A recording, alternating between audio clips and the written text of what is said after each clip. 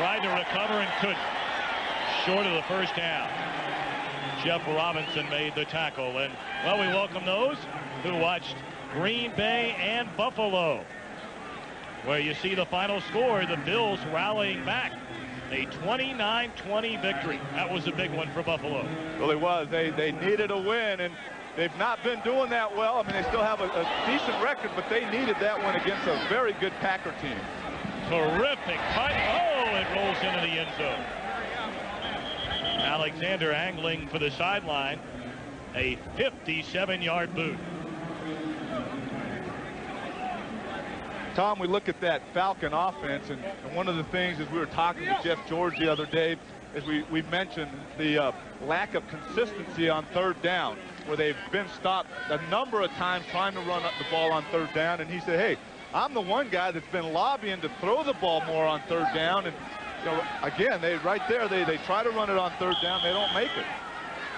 Two tight end set for Elway and the Broncos on 1st and 10 from the 20. Good protection. Completion made to Anthony Miller. Pickup of nearly 6. It'll bring up 2nd down. Well, for those of you just joining us from Green Bay and Buffalo, you haven't heard the news by now. Andre Rison not playing today for the Falcons. He has been suspended by head coach June Jones for repeated tardiness to team meetings. And also, as I talked to Andre Rison, I was in Atlanta the other day and talked to the head coach, it wasn't like it was only once or twice. There was a number of times that he was late. Told well over 20.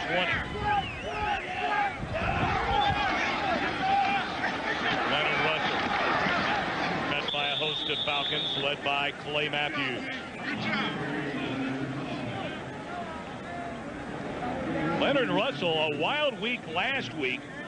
He was in a barroom fight on Monday. Tuesday, at a meeting with a head coach about that, as Shannon Sharp is down on the field with an injury, and they're taking a look at him.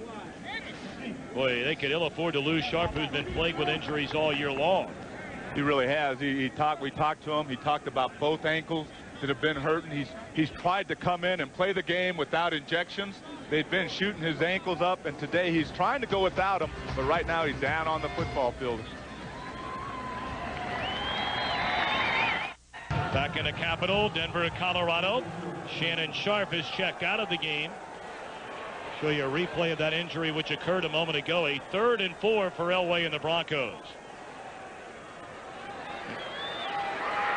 Elway feeling the pressure. Flag comes down. Completion is made to Cedric Tillman. He's out to midfield. But again, a penalty flag behind the line of scrimmage.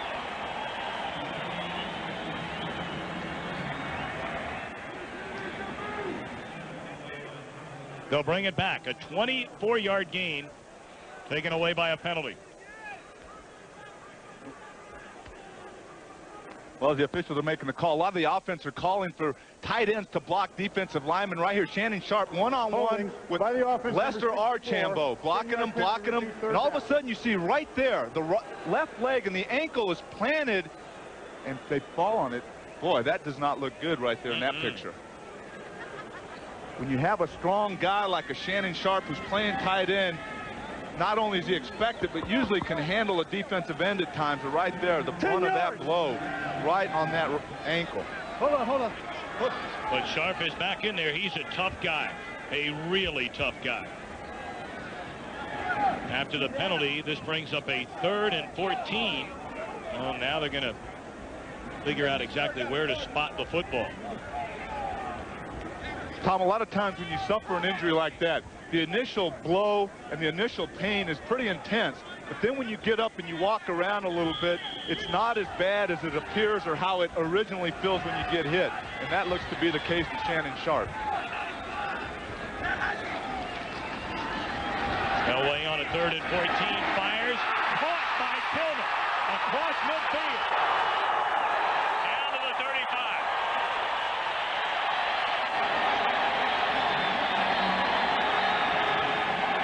Tillman, his 11th catch of the season, a 49-yard gain.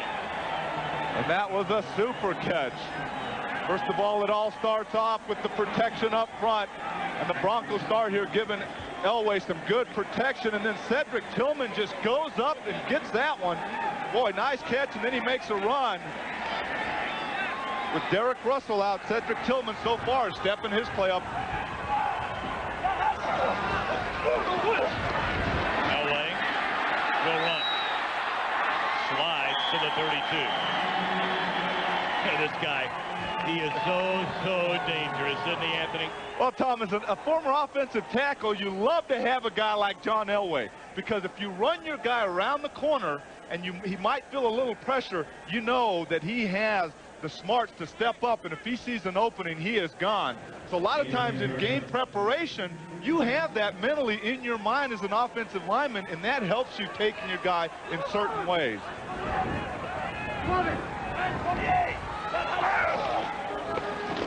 Russell looking for room to run. None there. You know, we were bringing up Russell a minute ago. How last week he had a barroom ball on a Monday, Tuesday a meeting with a head coach, Wednesday, Thursday, Friday practice. Saturday he got married to his longtime sweetheart. Came back Sunday, and all he did was run for 109 yards. That's a full week. Yes, very busy week.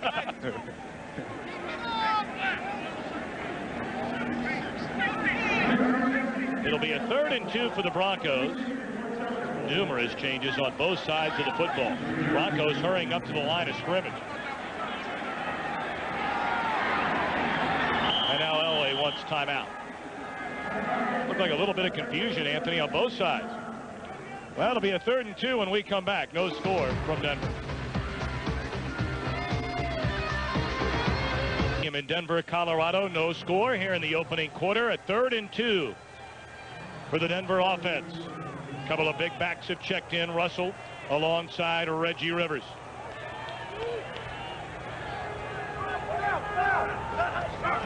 Blitz coming. They pick it up. Elway to the corner. Batted away by Charles Washington. Terrific coverage on Reggie Rivers. Tommy was one-on-one there with the back and made a super play, like you said. Let's look at what made that happen. Once again, you have the Leonard Russell right here, and you have the blitz coming. Ron George once again blitzing through there, and Leonard Russell makes a nice play and allows John Elway to throw this, but Charles Washington is there to bat the ball down. Well, they thought about a field goal try for a moment. Instead, on 4th and 2, they'll go for it. And it looked like the Falcons helped out. Ron George in particular.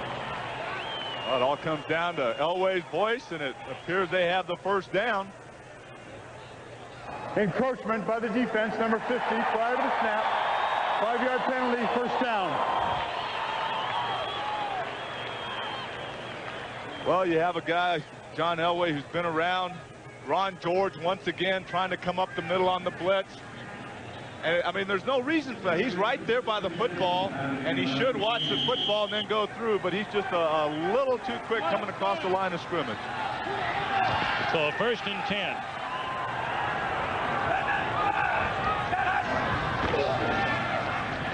Elway. Terrific defensive play and a late flag. Boy, it looked like Washington was going after the football, defending Shannon Sharp, and then a flag came in late.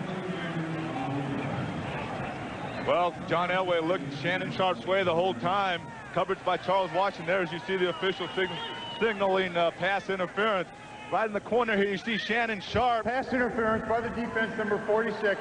Automatic first down. Charles Washington trying to make the play over the back. I don't know about that call. I don't know. Right here, you see it from another angle. Well, he's got his arm around the waist. Then he goes around over the top. I tell you, he's giving a little bear hug there around the waist for some assistance. You offensive guys really stick together, don't you? Well, I call them like I see them, and that was a super shot by the crew. Blitz coming again. Elway to the far side. Tillman pushed out of bounds by Vinnie Clark, close to the 5.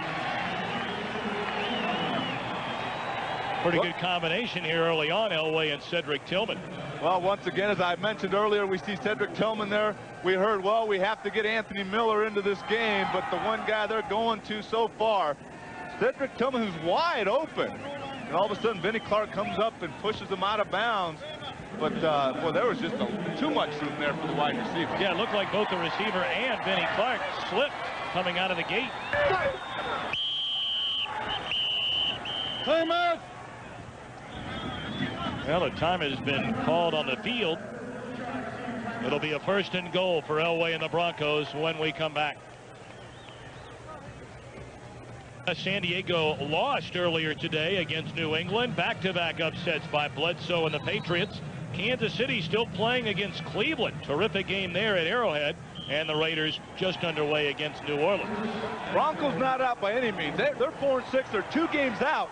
0-4 start, but they're playing well. 1st and goal from the 4. Russell powers his way down to about the 2. It's a big game for both teams, Anthony. Atlanta trying to get into the wild card hunt. They're right in the hunt, trying to get a spot. And Denver trying to climb back after an 0-4 beginning. Well, you have 2 different scenarios with these 2 ball clubs. You have the Atlanta Falcons that started off 4-2, and now they're 5-5, so they've not been playing that well the last several weeks. Then you have the Broncos who started out 0-4, but they're 4-2 in the last 6 games.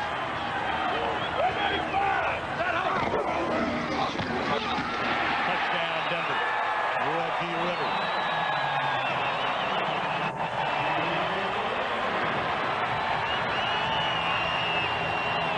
Oh, that was a little different celebration there. A little spike, a little rest, everything in that one.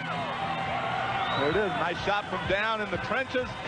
You get the nice push. Clay Matthews coming around the corner trying to get him, but just too much push by that Denver Bronco offensive line. Here we go. He's a little dance. He's stumbling a little bit. He's running around, gets a spike, and he said, oh, I think that celebration made me a lot more tired than the run itself. And he said, I'm going to take me a little break. Jason Elam on to try and add the extra point, which he does. So the Broncos march down the field.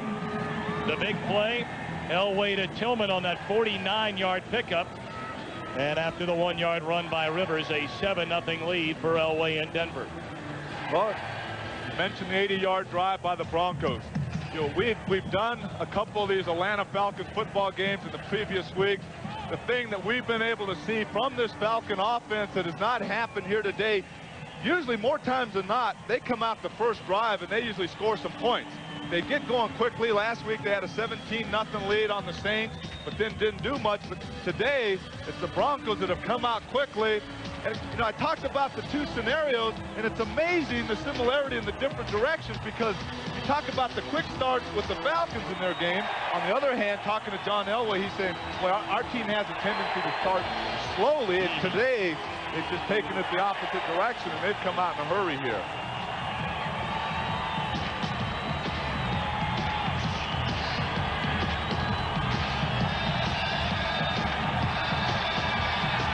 Clarence Verdant and Jamal Anderson waiting on the kick from Jason Elam.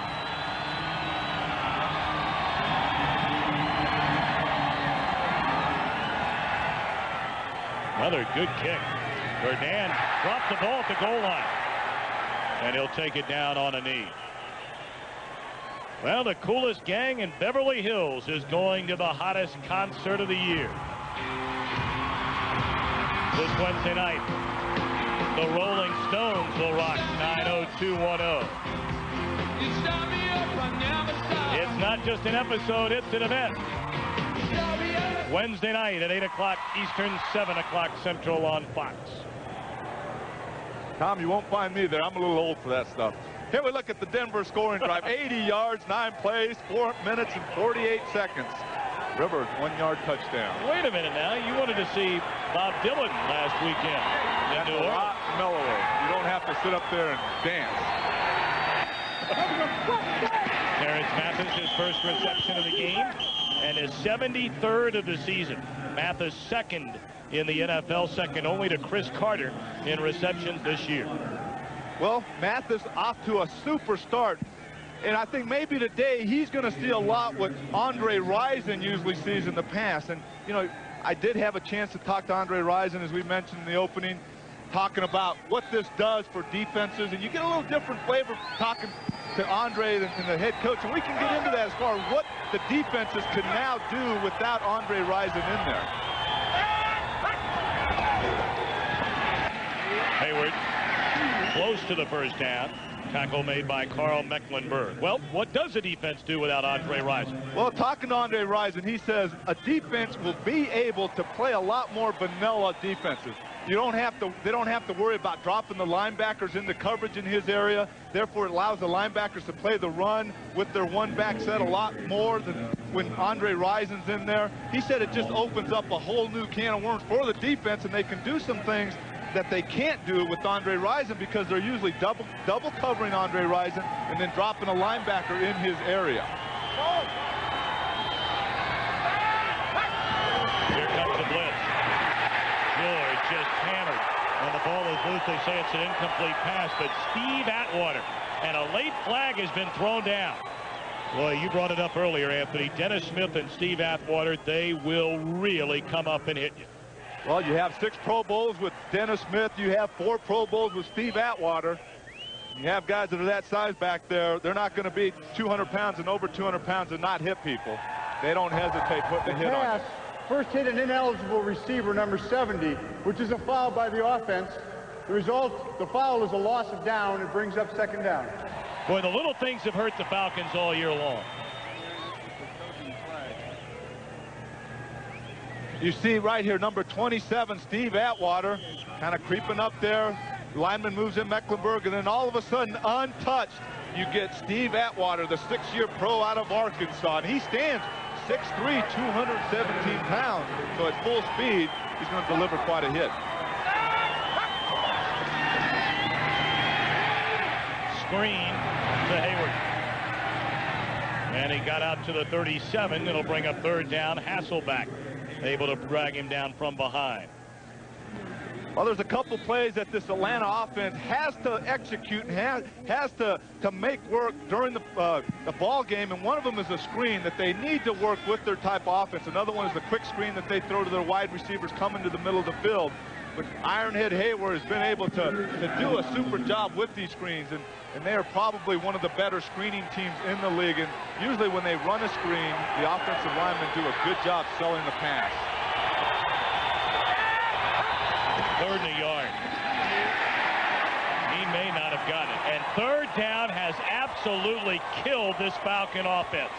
In the last 4 games, Anthony, 3 losses, 11 of 45, maybe 11 of 46 on third. Boy, you cannot do that on third downs. Right here, he tries to take it to the right side, but Shane Dronette right there to make the initial hit. Elijah Alexander, number 58, on the stop.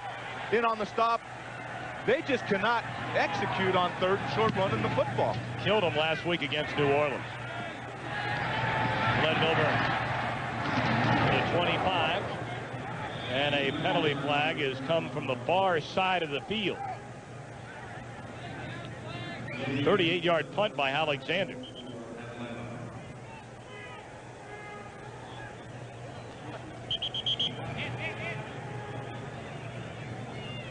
Thom, and we continue to hear over and over about the run and shoot offense and the different situations that this offense does not work, one being third and short. And the Falcons so far have shown that they're having trouble with the run and shoot and executing and converting on third downs. Really the only team left in the NFL with the run and shoot. Houston is going away from it. Detroit's gone away from it. One team left. There was a holding by the receiving team, number 26. During the punt, it was a post-possession foul enforced from the end of the kick, half the distance to the goal, first down. Take a break in the action. 4:10 left to go in the opening quarter. The Broncos by 7. U.S. Sports.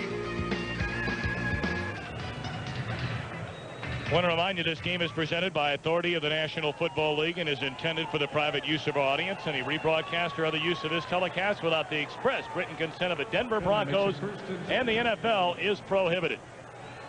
7-0 Denver, 1st and 10 from their own 11.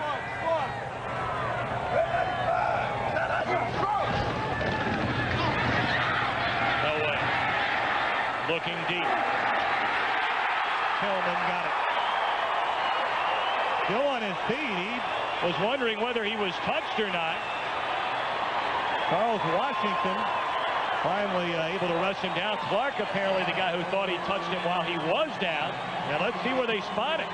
Tom, what happened on that play, Vinnie Clark thought that Tillman had pushed off after or during the play, so he really didn't attempt to touch him down. At the top of the screen here, you see Cedric Tillman one-on-one with Vinnie Clark. Not bad coverage, and Vinnie Clark turns. Tillman comes back for the football. For some reason, completed. The receiver went to the ground but was never touched down by contact. He was allowed to get up and run. First down. Vinnie Clark was a little frustrated by the reception. Also, it appeared that he was complaining that Tillman might have pushed off. And Tillman hit the ground, got back up, and said, hey, nobody touched me. I didn't hear a whistle. I'm going to get some more yardage. Tillman having a huge game. That was a 63-yard pickup. And you see the numbers. Tillman starting in place of Derek Russell.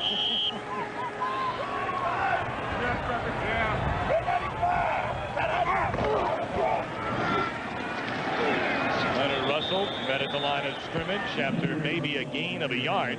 Jumping Gathers, Jesse Tuggle, Ron George all in on the stop.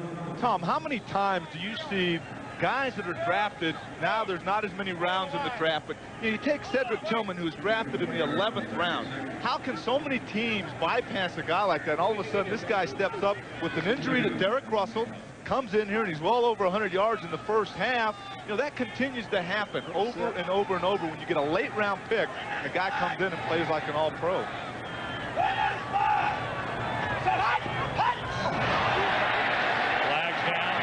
Perhaps a free play, and he finds Anthony Miller. It'll be short of a first down, but again, there was early movement. You know, you talk about Tillman, he's out of Alcorn State. They have another guy coming up in the draft out of that school named McNair. He doesn't happen to be a quarterback, does he? Better believe it.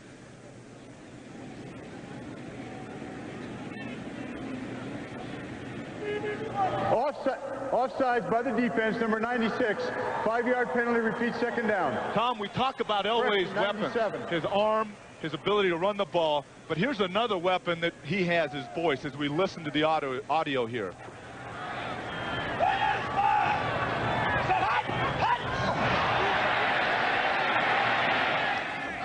That can be a nice weapon to have when you can mix up your count like that and get a free 5 yards.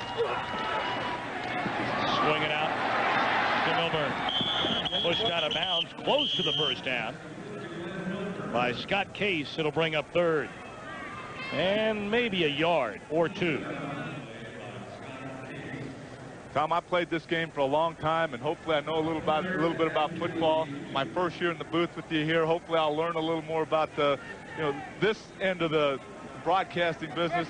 But man, I'm amazed at how the crew can put these sounds together and these pictures together. You just got to take your head off to people in the truck and people down the field. Well, the whistles blow again, and a timeout is called by Atlanta. Falcons have already used their second of the half. And while we have a moment, let's send it back to Hollywood for a McDonald's update with James Brown.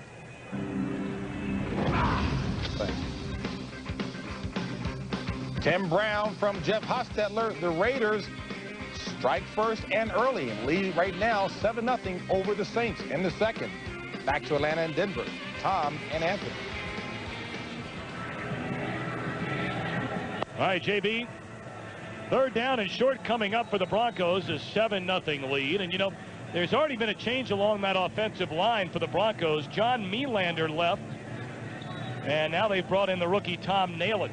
It's interesting. I had a chance to play with John Melander in Cincinnati. He's been doing a good job for this Bronco offense. But you talk about Tom Nailon, the rookie from Boston College. We talked to John Elway, and we said, here's a guy that played right guard against Sean Gilbert, never lined up at right guard in his life since he's been with the Broncos, and did a super job, held his own against Sean Gilbert. Now he's at the left guard position.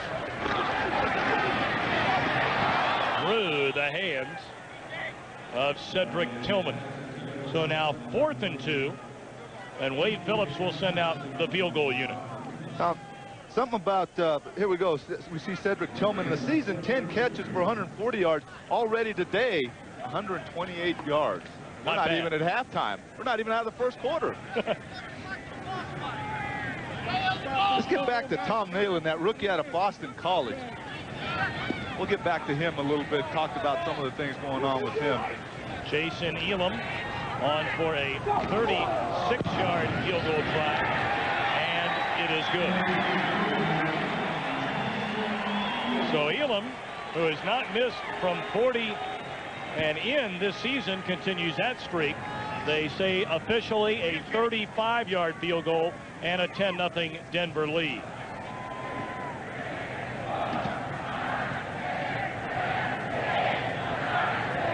Well, we talked about what kind of game this is, Anthony, for the Atlanta Falcons. Perhaps the divisional lineup doesn't tell the whole story. They're looking now at a wild card berth because no one's going to catch the Niners. Well, that's true. 8-2. They're 3-0 in their division. And right now the Falcons sit here at 5-5. And even though they were 4-2 and they're now 5-5, they have to turn things around and play better. And produce some more touchdowns. Of course, the story of the day, no Andre Rison in there.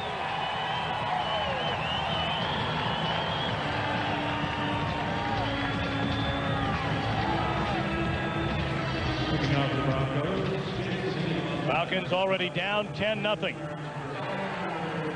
And without Andre Rison, this is not what June Jones had in mind. We were both interested to see what would happen here with this Falcon offense and the Bronco defense. And so far, I would say they're feeling the effects without an Andre Rison in there. Brennaman, that head on to 23. Ben Smith ripped him up. So the Falcon offense, which has done little or nothing here in the early going, will come out. Jeff George is hit on 2 of 7 for 17 yards. We talked about the Bronco defense being able to put 6 defensive backs in there with the 4 defensive linemen and just 1 linebacker in Elijah Alexander. And so far, those 6 defensive backs have been able to do a good job covering their 4 wide receivers.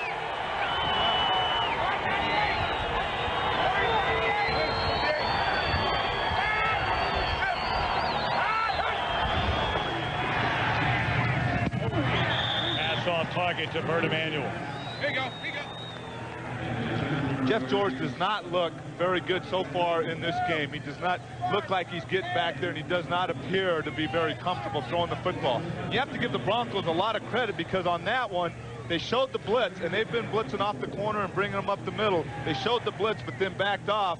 And it appeared that Jeff George was kind of changing things there and almost wanted to change again, but stayed with it because of the look the Broncos are giving him. 2nd and 10.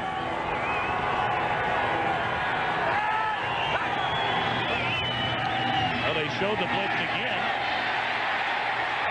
And George taken down, maybe after a gain of a yard by Willie Oshiden, the 3rd-year pro out of Villanova.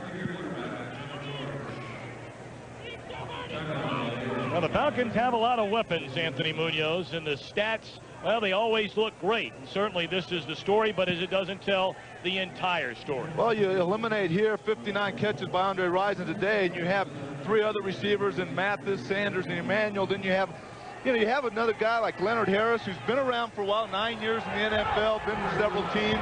Then you still have David Mims there, who really hasn't done a whole lot this year, only 3 catches. First down. So a 3rd and long, a rare conversion. The catch made by Mathis, his 2nd of the game. George needed that. He really did, especially after not making it on 3rd and short with the run. Here they have a 3rd and a little longer, and they convert on it with the pass. Hopefully, as I mentioned earlier, and Jeff George has been lobbying to throw more on 3rd down. Those are the type of things you want to see during the ball game, and usually have an influence on decisions that the coaches make. When you convert on something and it works, they will go back to it. Well, that's the end of the first quarter from Mile High Stadium in Denver, where the Broncos are in front of the Falcons, 10-0.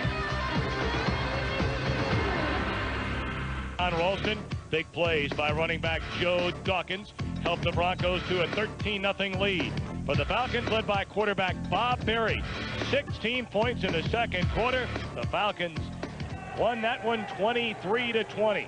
They're down here 10-0 as we begin the 2nd quarter. 1st and 10 from the 37.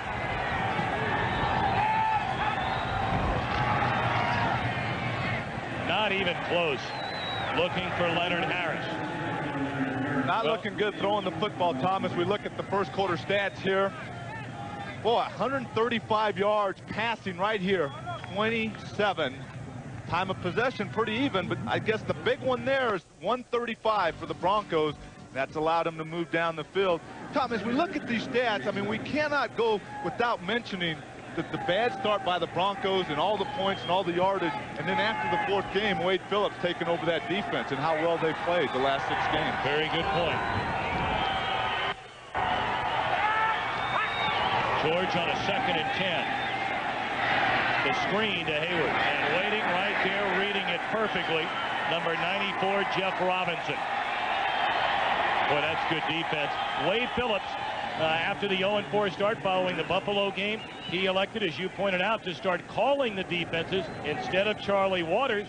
And, of course, Phillips spent many, many seasons as a defensive coordinator right here in Denver. Well, the one thing he told us was defense is what got him to the head coaching job. So why go away from coaching the defense? And that's why he took it over.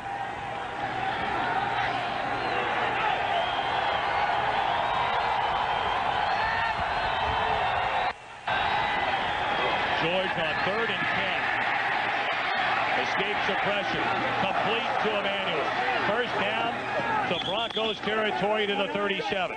Pushed out of bounds by Ray Crockett. And another 3rd down conversion for George in Atlanta. Well, Birdie Manuel, the rookie out of Rice, was a quarterback in college. And he's, well, you got all these receivers out on the right side. And it's kind of like Jeff George, take your pick. One guy's going the inside, the other goes the outside. Emmanuel takes it up and then to the sideline. He's got his hand up there. Jeff George finds him.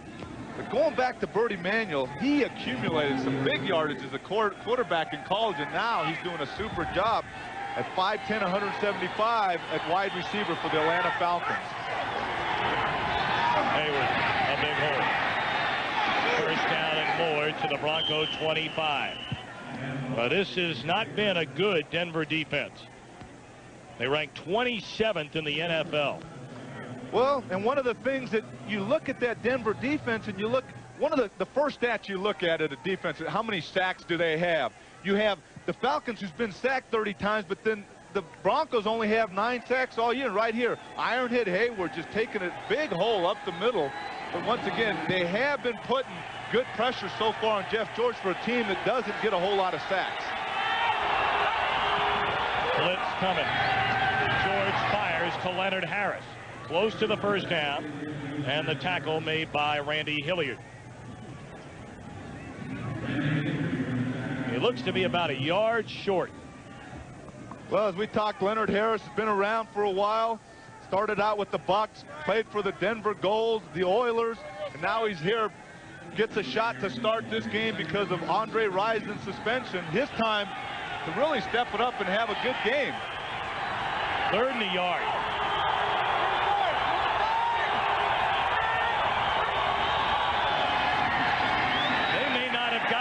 Again, the 2nd, 3rd, and 1 for Atlanta. Robinson came up to make the tackle along with Oshiden. How can you not cash in on 3rd and 1 time after time after time? Well, and also you look at the offensive line of the Atlanta Falcons, and they have some big people up there. As we look, Mike Sandowski pulling to the left. Ironhead tries to take it up the middle, but you have a guy that's 6'4", 265 pounds, Jeff Robinson, making the hit. I apologize. That was a 2nd down. Get a little ahead of myself here, big fella. Now it's 3rd down. And they may not have gotten that, depending on the spot. It appears they got a favorable spot. The officials actually put the ball down on the line there, and if that's the case, it appears to be a first down. Yep, it is. So they do convert this time. Tom, and going back to that play that I was talking about that you mentioned, 2nd down or 3rd down, you know, one of the things that over the years Denver Broncos have always been written about, and one of the things that I've experienced is they always talked about their undersized defensive linemen. And when you look, it's not always the bigger guy winning against the smaller guy. Hayward, huge hole. Down to the 5. It's been a pretty impressive drive here for Atlanta. It really has. The big guy right here, Ironhead Hayward, once again, 265 pounds. You see it right here. What a shot by Dave Richards, the left guard, coming off and blocking on Harold Hasselbeck, doing a nice job, turning him to the inside, and all of a sudden the hole opens up. Dave Richards, the left guard, and Mike Kinn, the 17-year pro on that left side, making it all possible. Second in the yard, blitz coming. Shores just threw it away. So now it'll be third down in a yard. You brought up the name Mike Kinn, Anthony. Today his 246th game. And it ties him with Jeff Van Note for the all-time games played list in Atlanta Falcons franchise history. That is a lot of games, a lot of snaps, a lot of hits. Well, you see it right here. Jackie Slater still playing 252. Mike Kinn, 246. And then Jeff Van Note at 246. Mike Kinn's good buddy. And I saw an interview with Mike Kinn down in Atlanta. He said, if there's a guy that a record I could tie, Jeff Van Note is a guy that I'm sure doesn't mind. Touchdown pass to Hayward. And Atlanta's made it a 10-6 game. Boy, that was some kind of drive for the Falcons. Well, when you have a big, I'm going to use the word big weapon like Ironhead, and right here you're seeing 34, who's been running the ball well. All of a sudden, he kind of goes out, makes the, he just gets through that hole. It's got to be a good-sized hole for him to get through. And he just kind of sits out there and stops, and Jeff George hits him, but has some good pass-catching abilities for a big guy coming out of the backfield. Norm Johnson nails the extra point. So the Falcons put together a long drive, march down the field, and have cut the Denver lead to 3. McDonald's, the official restaurant of the National Football League. By the U.S. Army, learn how to get an edge on life. Be all you can be. And by Remington's Triple Foil, the world's only shaver with 3 micro screens. If you can grow it, we can shave it. Look at the Denver Art Museum, downtown Denver, Colorado, where it's a 10-7 Bronco lead. Scott Tyner just signed this week to do the kickoffs. Norm Johnson has really struggled in that area. His field goal kicking's been terrific, but not kicking off.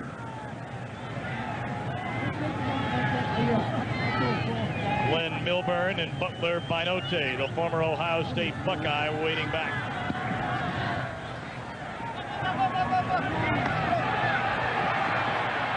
From the 8, Binote out to the 28.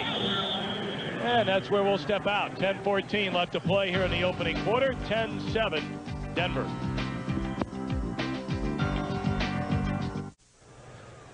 Thom, as we look at the Falcons scoring drive, 13 plays, 76 yards, but a key right here. 4 for 4 on third down conversion, something that they've not had a whole lot of success recently, and they have to be excited about that one. So Elway and the Broncos, 1st and 10 from their own 28. The screen intercepted by Dolman. Chris Dolman intercepts the pass, and the Falcons come back on the field offensively, starting at the 22, and for Elway, his 9th interception. Well, that's one of the things that this Falcon defense has been able to do for them is create turnovers. Elway going back, not bad protection. They're trying to set up a screen there. Dolman has been cut to the ground, but he gets back up in a hurry, tips the ball to himself, and makes the interception. Once again, the offensive lineman did a super job cutting him down to the ground to create the lane, but the quickness of a Chris Dolman allowed him to bounce back up and intercept that. 6th career interception for Dolman, and his first this season.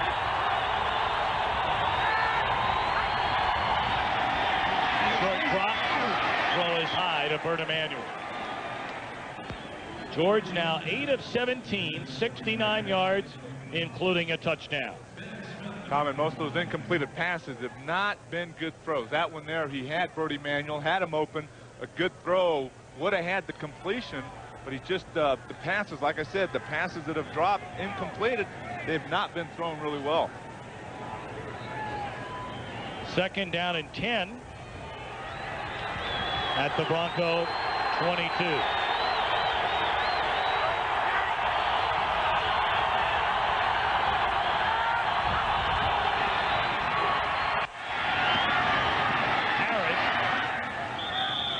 Down to the 12.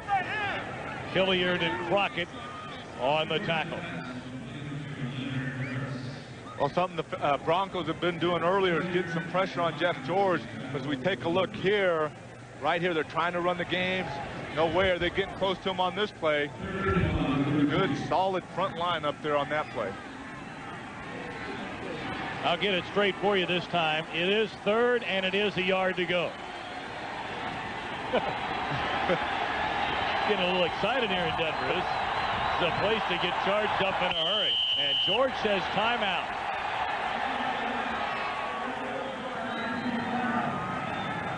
So third and a yard at the Bronco 13 when we come back.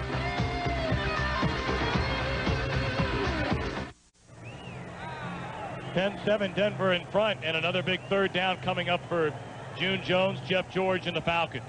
Well, their last drive, they were 4 for 4. Right here's a chance for them to continue the success on third down. Something that, once again, that they've been struggling with. The last drive, they did a nice job converting on that third down. The ball rests at the Denver 13.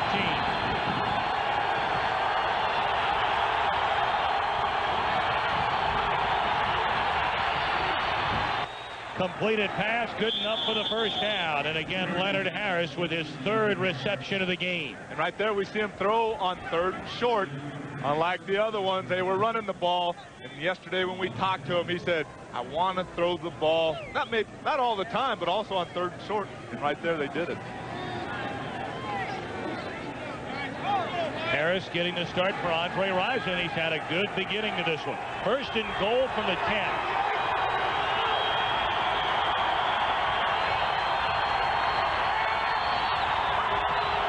Here comes the blitz. And Hayward met immediately by Carl Mecklenburg. That one did not look good from the beginning. A lot of orange shirts in the backfield. And of course, you mentioned Carl Mecklenburg, the 12-year pro out of Minnesota.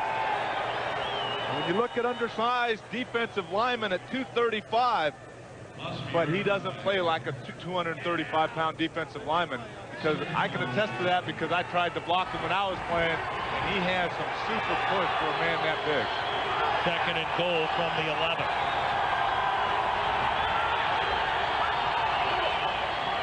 Short drop, pass completed, and into the end zone is Brennaman with a touchdown.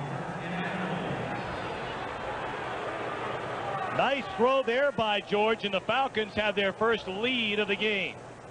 Thom, the one thing I noticed Jeff George do as he dropped back, you see Brennaman right here. Jeff George dropped back, and from the initial get-go, he looked to his left, but came right back to Brennaman, who was wide open, and made that touchdown catch. Nice play there by that Falcon offense. So Atlanta now leading 13-10. Johnson will try and make it 14-10.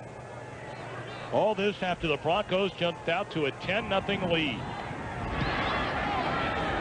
And it's good.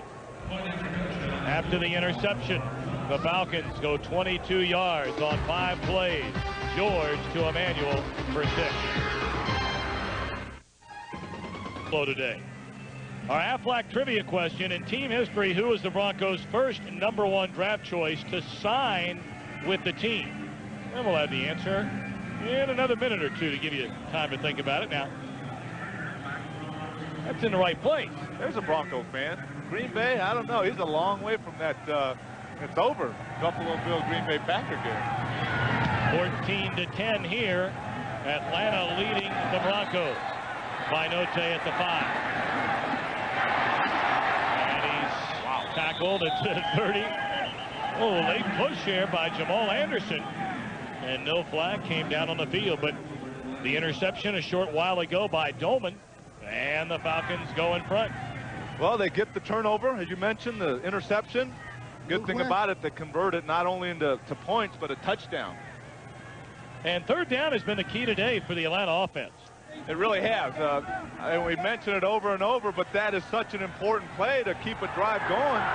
They've been able to convert on those third downs. Russell, gain of maybe 3. Dolman in on the tackle along with Jesse Tuggle. Well, the answer to our Aflac trivia question. Boy, there's a name from the past. Floyd Little in 1967. After 7 picks, had signed over in the NFL rather than the AFL. I'm sure the Broncos are real happy that he didn't decide to go the other way. Blitz coming. Elway near side completes the pass to Cedric Tillman. And depending on the spot, see whether he has a first down. He appears to be about a ½ yard short.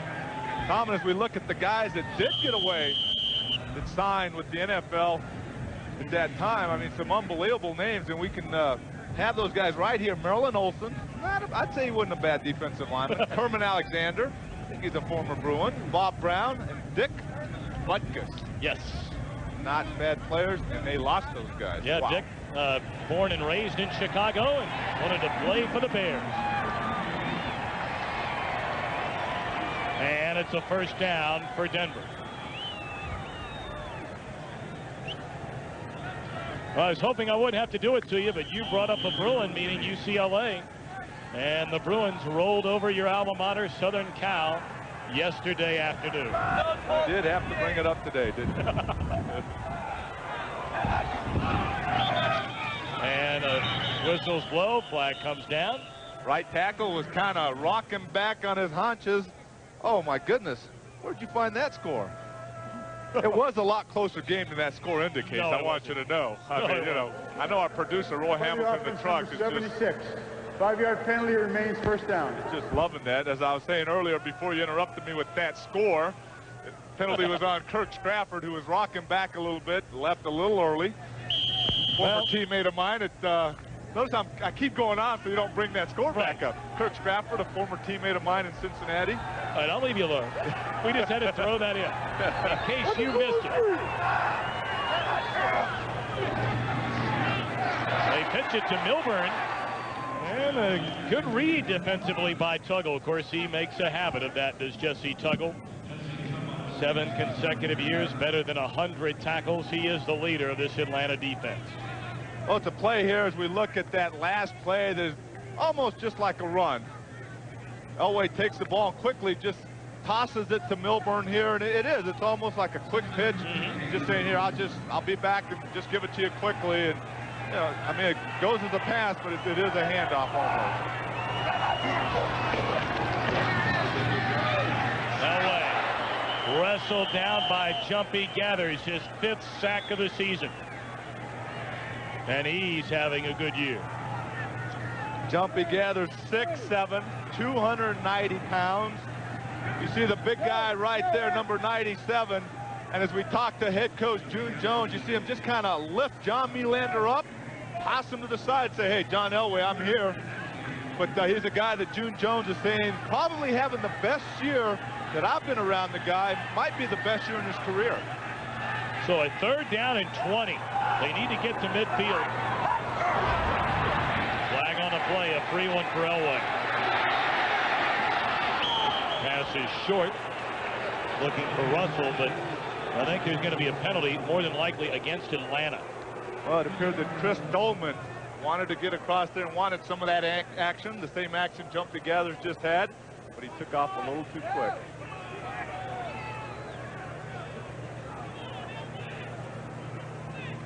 Offsides by the defense, the right end. 5-yard penalty, repeat 3rd down. That's a good way to cover up a veteran that's been around, been to several Pro Bowls. In the right end, he doesn't say the number, you know, he just says the right end. He's not going to say Chris Dolman, number 56. We just did. I mean, that's who he called the penalty on. No blood. 3rd and 15. Elway able to escape. Looking downfield, has Miller. Did he make the catch? Yes, he did. Wow.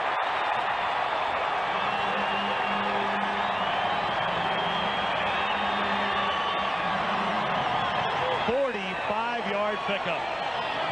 Well, Thom, I know we spoke earlier when we got here to Denver. You mentioned to me that you had heard somebody said John Elway has lost something. There, he just shows excellent ability to avoid the rush by Chuck Smith. Hitting Anthony Miller downfield, coverage by Charles Washington. But if the guy has lost something, I've not seen it in nearly a half here. Here comes the blitz. Elway completes the pass inside the 10 to Tony Kimbrough.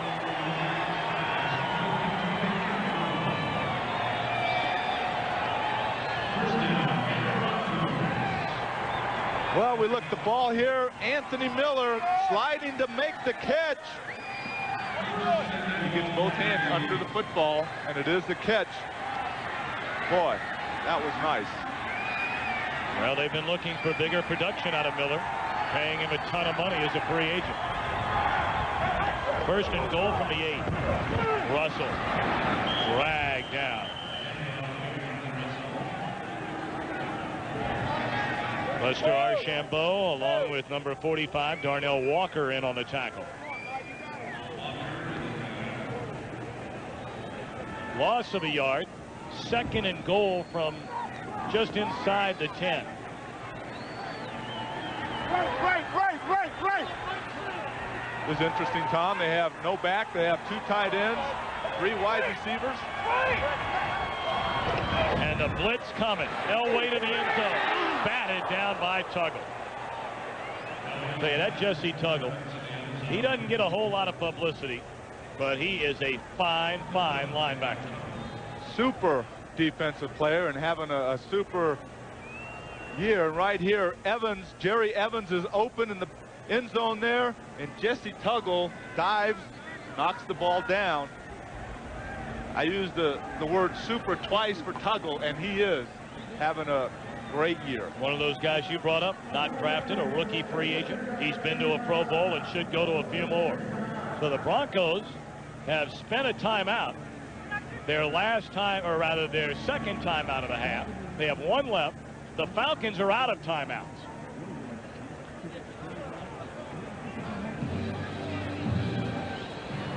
Twice before she faced this deadly enemy. Tell you about that. No, apparently there's going to be no deadly enemy. Our tape machine downstairs is deadly enemy. Had to take a break like everybody else. You know what I mean, big fella? We need those once in a while. In fact, I'm taking a seat here because being here in Mile High Stadium is getting me pumped up, and I just got to rest my body. Just got to rest my body here. Well, they tell me after clearing his throat, our old tape machine is ready to go. And coming up Tuesday, the terror is back. That's Munoz next to me before the opening of the game. Sigourney Weaver stars in this non-stop action thriller, Alien 3. A world broadcast premiere Tuesday, 8 Eastern, 7 Central on Fox. Now that we've frightened all those kids, you can come back now and watch the rest of this football game. Third and goal from the 9. Blitz coming again. Elway loses the handle. And a scramble for the football. Jumpy gathers, knocked it out of his hand. And the Falcons have recovered. Number 95, Pierce Holt, comes away. What a big play defensively for Atlanta. Couple of veterans involved in that play. As you mentioned, 97, Jumpy gathers right here. He avoids the block, and then he gets his arm and causes the fumble.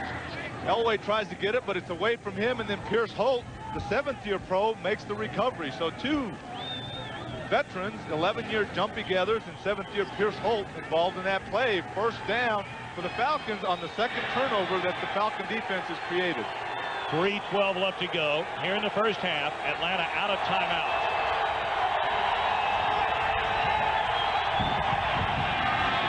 Hayward across the 20, out to the 24. Randy Fuller up to hit him. And you better come with your lunch if you're going to hit Hayward. That's very true, and it doesn't hurt that Falcon offensive line sealed that defensive line off to the right, and Hayward took it coming towards us, and he did deliver quite a hit there. How would you like to run head on with that big guy? No, thanks. Kidding me?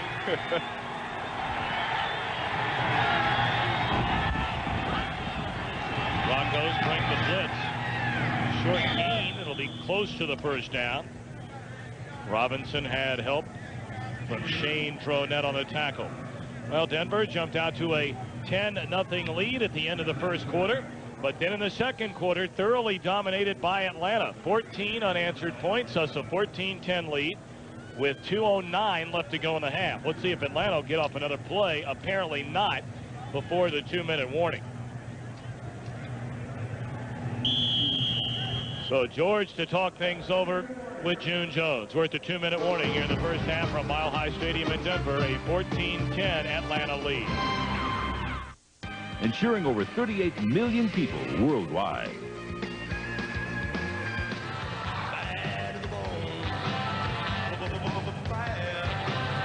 (14-10) Atlanta in front. First quarter dominated by Denver, the second by the Falcons. Well, the Falcons are finally in a rhythm, in a groove, as they come back offensively after the slow start. And I say right here, they have 2 minutes left. Continue to do what they've been doing. March it downfield and try to get some points.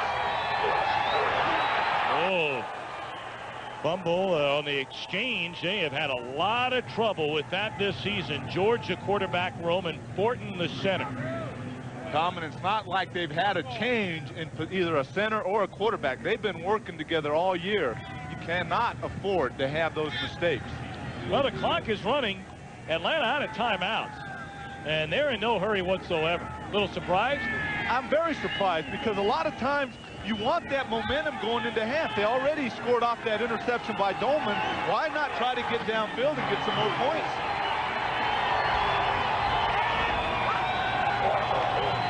Well, they're just going to run it out. Apparently, Hayward taking the handoff out close to the 30.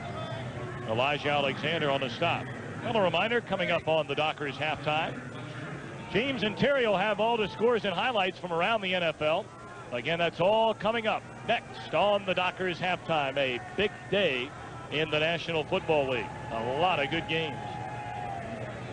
And we have a good one here. We sure do. And I was just going to mention, after this game, I'll be going back home where the Shake and Blake has kind of been put on the back burner for a week. The Colts beating them.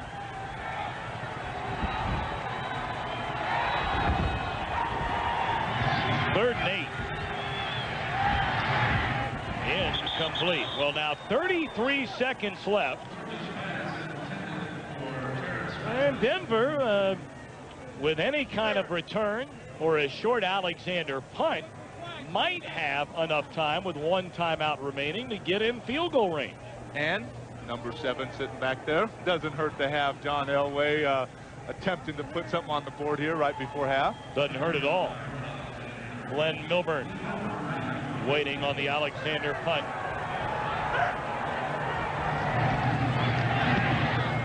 Short kick. And another Falcon bounce.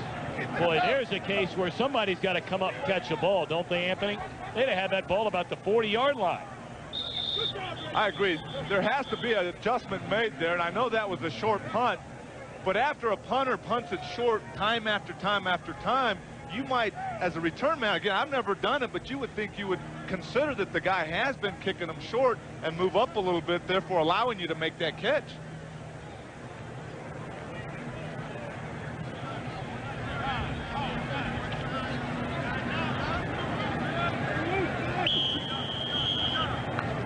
Well, Alexander after the short punt.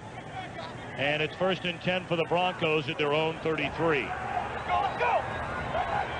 4 wideouts into the game. Elway's going to put it up.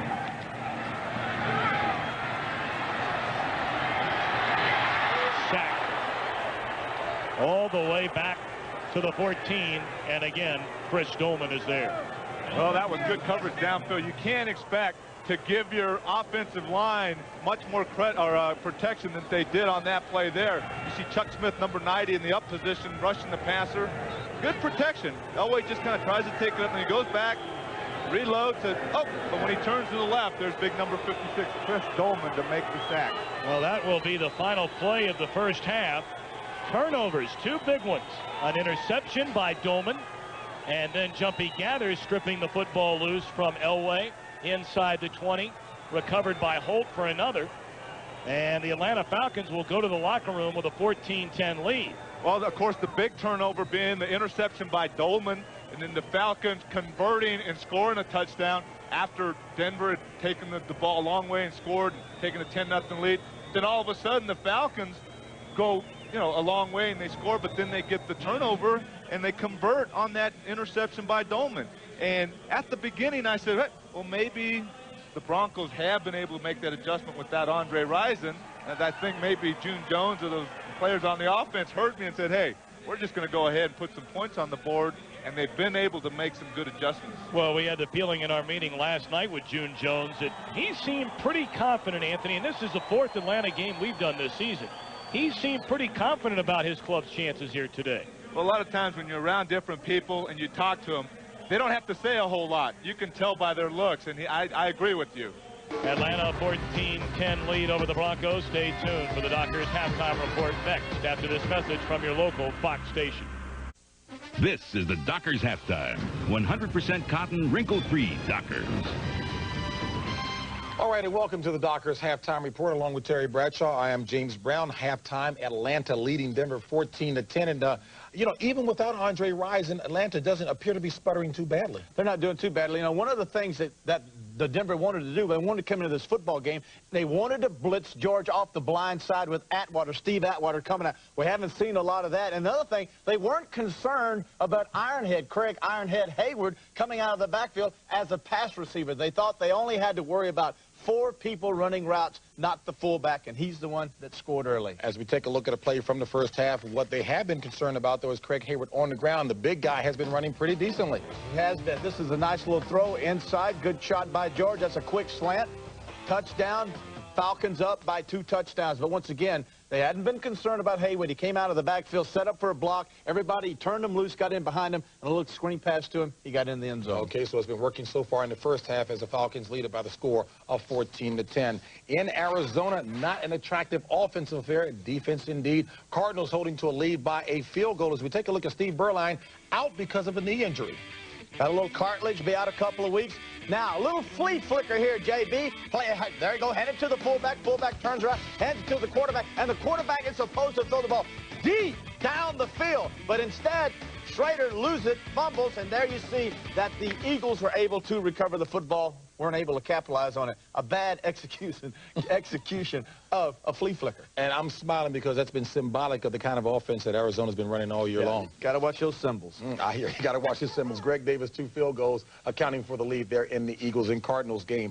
Right here in Los Angeles, the Raiders are leading the Saints by the score of 10-0. The only touchdown in this one involves Tim Brown. But, hey, Al Davis trying to pump him up. Pump him up. There's the Saints all-out blitz. 9 people up on the line to stop the run. Tim Brown, quick slant. 7th touchdown reception of the year for him. Now Allen Jones comes in, rookie out of Nebraska. He fumbles, Saints recover.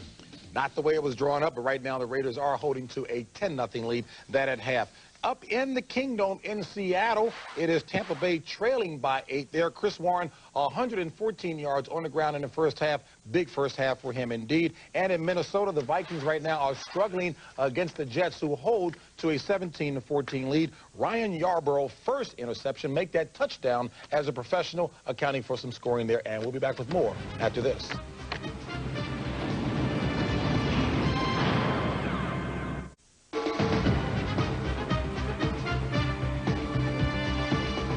All right, and welcome to the Dockers halftime report. James Brown with you right now. The Bears victorious move to a mark of 7-4 over the Lions. Yeah, there's Howie's pet Dobermans, Huey and Dewey, guarding his truck. And this is Lewis Tillman after an 86-yard, 16-play drive. Bears up by 7. David Craig back, play action, quick post. No free safety. Herman Moore ties the score up at 7-all. Now Walsh back after an onside kick is recovered by the Bears. Down deep. Oh, there it is. Overplayed Jeff Graham. Fresh from Pittsburgh, touchdown. Bears going to win 20-10. Reggie White, a little upset. Had reason to be. Oh, look at this. Great day by Jim Kelly. There's Andre Reed, 1 of 2 TD receptions today. The receivers and Kelly have made up. Reggie out, hyperextended elbow. Back comes Brett Favre in the second half. Touchdown pass, another post route. But Buffalo goes on to win 29-20. And Pittsburgh and Miami. This one had to go to overtime, Terry. Whoa. Gary Anderson, there it is. Game winner in overtime. Miami has now lost 2 games in a row, 16-13 Pittsburgh. And Bobby Ross knew he was in for a dogfight against New England. Bledsoe out of the backfield. Nice little quick post route. Leroy Thompson, 27 yards. Back comes my man, Stan Humphries. Semi-roll pocket, sets up. Deep comeback. A little bit late on the pass. Intercepted. New England, 23. San Diego, 17. Say it ain't so. North Turner in Dallas. He knew it was so against Emmitt Smith. This is one of 2 TD rushing on the day for Emmitt. He now has an NFL League 15. Now, Aikman down. He is hit. Hurt by Ken Harvey. Had to lead the game. 3rd time this year we've seen Aikman leave on account of injury. And the Cowboys win that one 31-7. Rodney Peete, the backup quarterback, he left with an injured thumb. The 3rd stringer, Jason Garrett, was in there. Made no difference. Cowboys win it. Chiefs and the Browns. The Chiefs come away victorious by 7. That a final as well. And in Cincinnati, it was a battle between Indianapolis and Cincy. Indianapolis comes away with a 4-point victory, and they improve to a 5-6 mark. More in the Dockers halftime after this.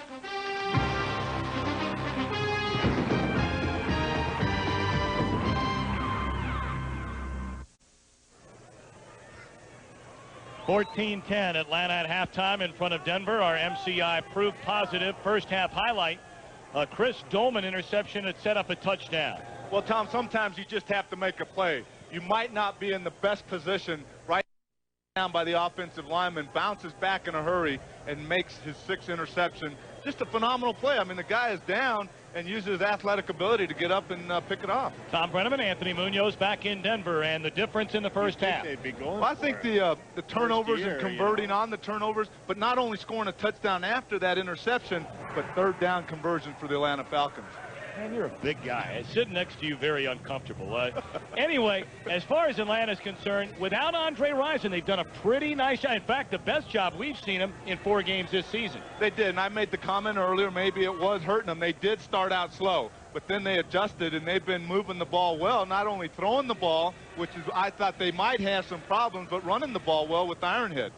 Well, we're just about set for the second half, and Denver, after getting out to that 10-0 lead in the first quarter, watch Jeff George and the Falcons come up with 14 unanswered points, and thus a 14-10 halftime advantage.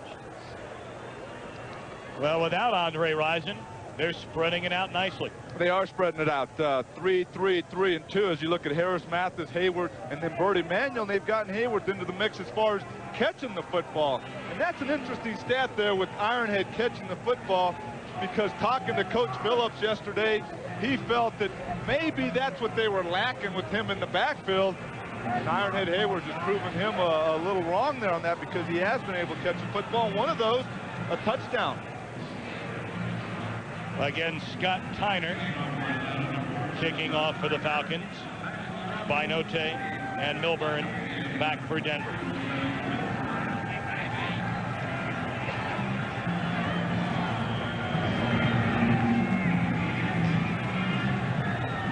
So here we go in the second half. Another short kick. Milburn across the 30 to the 35. A fumble comes out late. And let's see. Will they say he's down, or is it a fumble and a subsequent Atlanta recovery? This is a big decision. Still no word.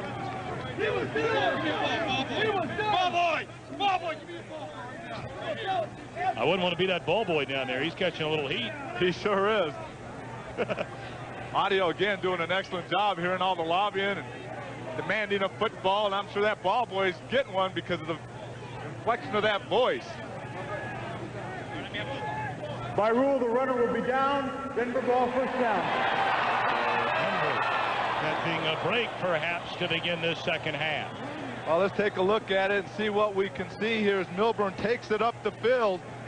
Nice block there on Tippins. It's hard to see, but looked like number 37, Elbert Shelley, stripping the ball away. He stripped the football in New Orleans last week from Tyrone Hughes when Eric Jack picked it up and ran it in for a touchdown. Great work by our crew.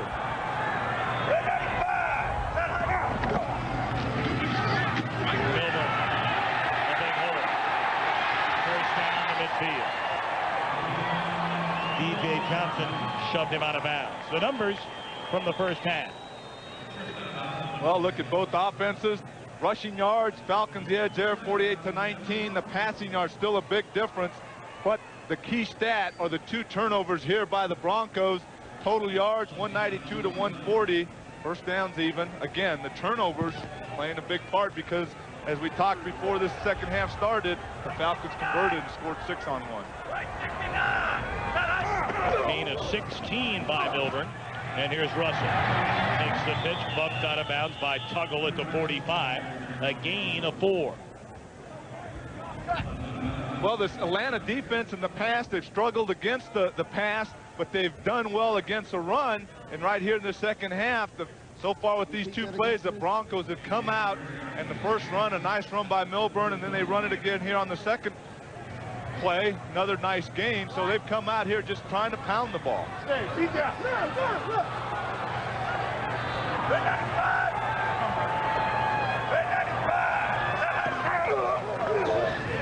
the ground again. Terrific tackle in the open field made by Tuggle. Guys just having a phenomenal year. 5'11", 230-pound, 8-year pro out of Valdosta State. Nice shot here as we see John Melander blocking on Mo Gardner, sliding down the line of scrimmage, but then all of a sudden, keep running and running. You see the backers just waiting to make sure, but they don't need any help because Tuggle makes a nice tackle. All right, a 3rd down and 6.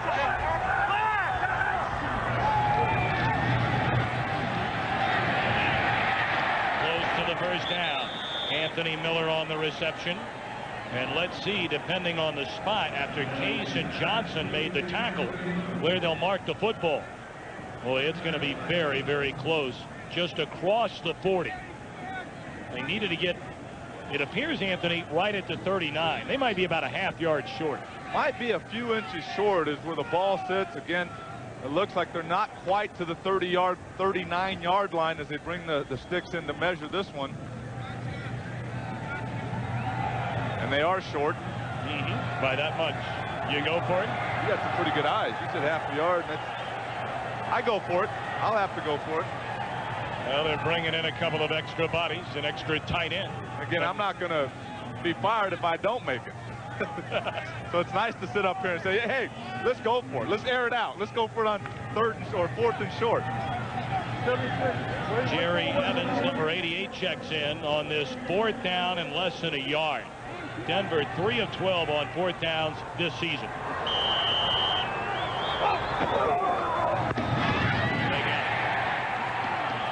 Leonard Russell to the 37. 1st down, Denver. Thom, a lot of times you can tell right when the ball snapped if he's going to have a chance to make it. And right here you can see the lineman coming off, the Bronco lineman coming off. There's a good push there, good surge. And that gives the back the line of scrimmage in order, even if he's going to be hit, he's going to hit and fall forward because they've given him the line of scrimmage. Shannon Sharp comes limping off the field again.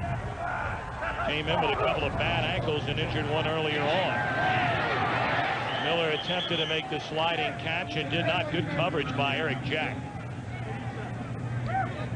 And now Shannon will come back in. Quiet game for Sharp. In fact, he has not caught a pass. You know, and he's been in and out, and you know he's going to continue to stay in the ball game after short breaks. He's that type of guy you mentioned earlier, a tough guy, to be playing with 2 bad ankles. And you have to be tough because I'm sure there's a lot of pain there. Milburn to the 27. Case up to make the tackle. It'll bring up 3rd down and about 6.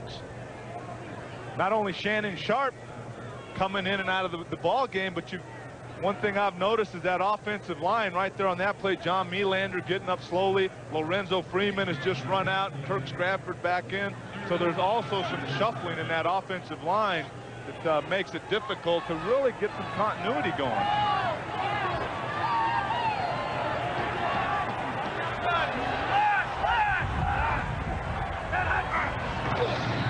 Elway on 3rd down. Through the hand, a wide open Shannon Sharp dropped it at the 10. Boy, just when you say that he's not had anything today, he has the opportunity to make a catch, and it goes right through his hand. Right here, Shannon Sharp, number 84, has a chance to gain some nice yardage on this one as he avoids the coverage there. But it goes right through his hands and doesn't make the catch. Going to be a 50-yard field goal try for Elam. He is 1 of 2 from 50 yards, and it's blocked. So the Broncos fail on a drop pass by Shannon Sharp, and it looked like Oster Archambault, the man to get a hand on it. It remains 14-10 Atlanta. To this blocked field goal try. Well, as a special teams coach, you love to have that middle firm, and that's something that the Broncos don't do right here. Lester Archambault gets through that middle, and all you have to do is kind of sliver through there and then get your hand up. He's a big guy, and he does. He gets his hand up, blocks the field goal. So they bring it back to the spot of the kick. Hayward on first down banks his way for about 8 up to the 47. Steve Atwater and Randy Fuller came up to hit him. Some nice blocking there. Mike Sandowski, number 72, pulling on that play. Right here you see the big guy pulled. Carl Mecklenburg closes, and all of a sudden Mecklenburg's on his rear, and Ironhead takes it up. Nice pull and a nice block there.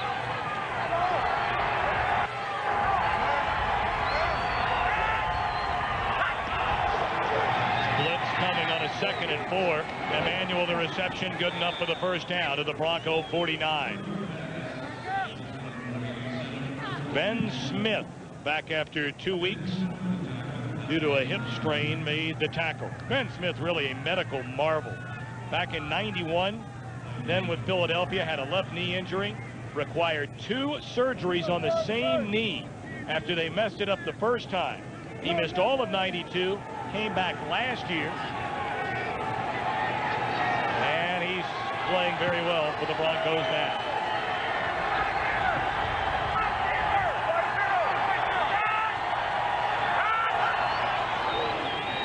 Short drop. Emmanuel couldn't find the handle. May have been thrown behind him. Jeff George has missed on several of those quick throws where he's had his receiver open, but either throwing it over his head, over the receiver's head, or throwing it behind him, just like he did on that play there. Anthony, we get back to the fact that you were with Andre Rison all day on Friday at his home in Atlanta. Did he say anything about watching this game today? In fact, he did say something. He said that was one of the questions we asked him, what are you going to be doing Sunday? And he wanted to watch other games. I don't know if to scout what teams he might want to play for, but he didn't want to watch the Falcons play. George on a 2nd and 10. The screen to Hayward. Great cutback. He's to the 40, maybe the 39, close to the first down. And one of the teams that Andre Rison, I guess, continue to bring up with you, looking ahead to free agency at the end of this year, is Detroit. He is from the state of Michigan. Well, to get back briefly with the point I made about not watching, he said he didn't want to watch because he wishes he was here playing and it would be difficult. But one of the teams he did talk about a lot, not only on the air as we were doing the interview, but as we sat and chatted, was how nice it would be to be teamed up with Herman Moore on the other side and Barry Sanders at the running back position. 3rd and a yard. Falcons have thrown every time on this play today, and they do again, and they, well, did he catch it? In and out of the hands of Leonard Harris. It looked like he had possession of the football, at least from our angle. Randy Hilliard on the coverage.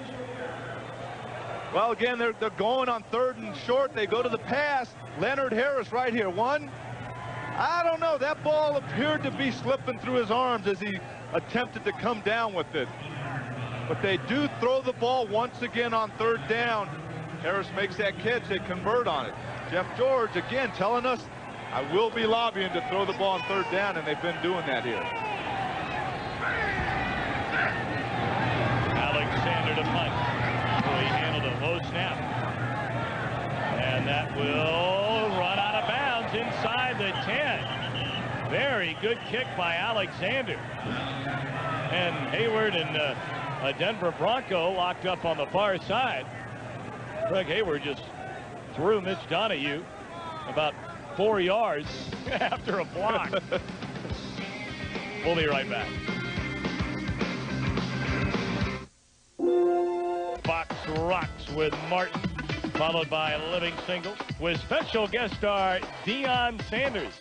Then after that, the action kicks in with New York Undercover. That's Thursday night on Fox. Isn't that considered prime time? Yes, it is. First down, Broncos start from their own 6. And Harris Russell, I'm sorry, maybe got a yard. And Tom, they go right behind Thom Nalen, who's come in now at the right guard position for Brian Habib, who's been banged up with the strained calf. Now, after playing for John Melander at the left guard position, Melander back in there. Now Thom Nalen moves over to the right guard position. And again, he has played there the last 2 games after having never played there in his career. Blitz coming. Elway gets it away. First down, Anthony Miller. Out close to the 20. And DJ Johnson was there on the coverage. Boy, and it was right here. You see him, Anthony Miller against DJ Johnson, who's playing with the torn bicep. Nice move by Miller, and then DJ Johnson just pushes him out of bounds. As we look at John Elway going back, and a former teammate of mine going way back to college, number 57, Clay Matthews, makes the hit on John Elway, but he does get it away and completes it to Anthony Miller.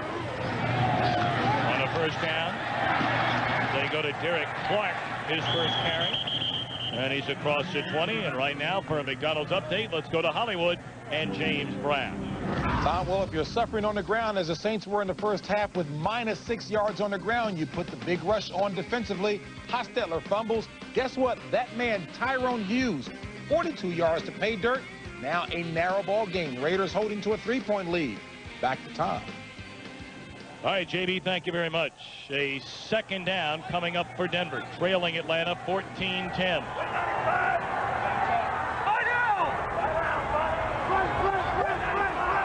Falcons showing blitz, and here they come. Elway completes a pass to Sharp, shy of the first down. You know, you brought up Clay Matthews. If anybody should be angry with John Elway in the entire world, it would be Clay Matthews, because Elway has single-handedly almost kept Matthews out of 2, perhaps 3 Super Bowls than in his days with Cleveland. There is no question about it. And, you know, being a former player and having played in 2 Super Bowls, that's what you want to do. You want to play this game and get into a Super Bowl. And we talked about the fumble, the Biner fumble, and then the drive up in Cleveland. Well, he just sat there and kind of stared off into space before he answered those questions. 3rd and 2. Sharp met immediately by Tuggle. And we'll see on the spot. Needed to get right to the 30. The nose of the ball could be the telltale sign here. Well, Jesse Tuggle wanted the spot the 2 yards further back where the guy landed, or Shannon Sharp landed after he hit him, putting a big hit on him, but they're going to mark it right where the initial hit happened. Another crucial measurement. Denver trailing 14-10. Oh, that little extra link in the chain, and it's that much short. You can't go, can you? I don't think so. Again, I wouldn't go. But then again, they're going, and I'm not down there making the call. Well, they're at their own 29. Maybe if I was closer to midfield, I might go for it. But maybe I'm just not one to take that chance. They are going for it here on 4th down. Okay, and they are 4 of 13. Wait for the whistle. Wait for the whistle. They are 4 of 13 this season on 4th down. Elway pushes forward, and it is a Denver first down. Now, of anybody in football you want handling the football, it's John Elway. Well, when you have a quarterback that stands 6'3" and 215 pounds, why not follow your center Dave Wydell and just take it up the middle. You have Wydell on Tuggle, who has a little bit of a weight advantage. And like I mentioned, you have a 15-pound quarterback following for the first down. Well, the changes continue along the Denver offensive line. Brian Habib is back in at right guard. Elway, a long ball to Miller. And he overshot him. He had him wide open. Boy, he had Eric Jack beat by a good 3 to 4 yards. And Elway is on the ground and did not know if that pass was completed. Jumpy Gathers puts the big hit on him, but right here you see Anthony Miller with the big advantage there, but the pass was not completed. And right there, Jumpy saying, "Hello, John. I've seen you before." Makes the hit after that ball is thrown. 2nd and 10. The handoff to Milburn. Ripped up. Terrific tackle made by Darnell Walker, the second-year pro out of Oklahoma. Milburn is not an easy guy to tackle in the open field, but Darnell Walker gets that arm and brings them down. There was some room there for Milburn, but again, nice tackle in the open field. So a 3rd and 9 for Denver. 5:18 to play in the 3rd quarter. Atlanta in front, 14-10.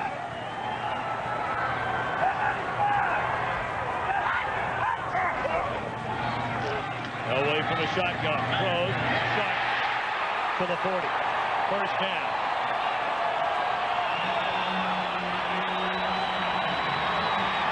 Sharp a little excited. A little excited about the catch.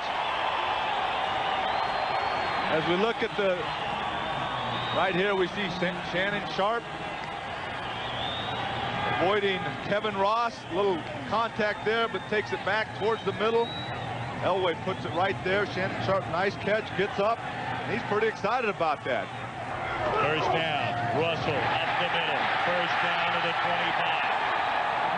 Leonard Russell stopped by Tuggle and Johnson. Wow, at 235 pounds, Leonard Russell rushing the football and just takes a nice hold there, continues to run. Ken Tippins tries to bring him down, but needs a little help. Russell again.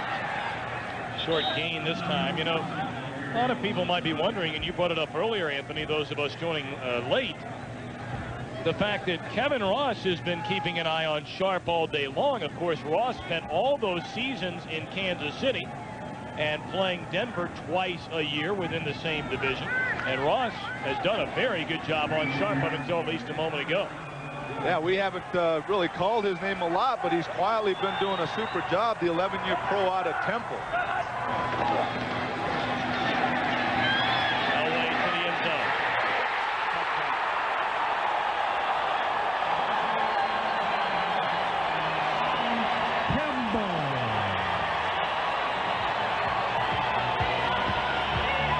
Jeff Campbell, his first reception of the season. It's a touchdown to give Denver the lead. Oh, they've been going to Cedric Tillman. Then they tried Anthony Miller deep. Then we say, well, let's hit Shannon Sharp. Then we'll bring Jeff Campbell in and throw him a touchdown pass. Easy as that.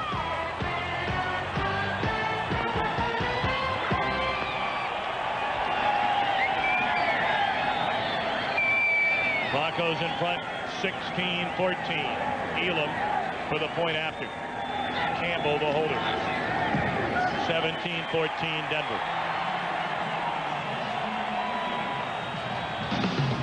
So the Broncos have recaptured the lead by 3. This play happened. Jeff Campbell lined up one-on-one with Eric Jack, and we'll see right here. Campbell makes the inside move. Eric Jack bites on that move. That allows Jeff Campbell to be wide open there. Elway drops it in right over his shoulder. Touchdown. But that inside move and Jack taking the bite and going for it, wide open. Very impressive drive starting back at their own 7, 93 yards. Well, you look at both of the Bronco drives, and they've been long drives, mixing it up, running the football with Leonard Russell, Glenn Milburn, and hitting Shannon Sharp, and then capping it off. Nice throw to Jeff Campbell there. Anderson and Verdun waiting on the kick from Elam.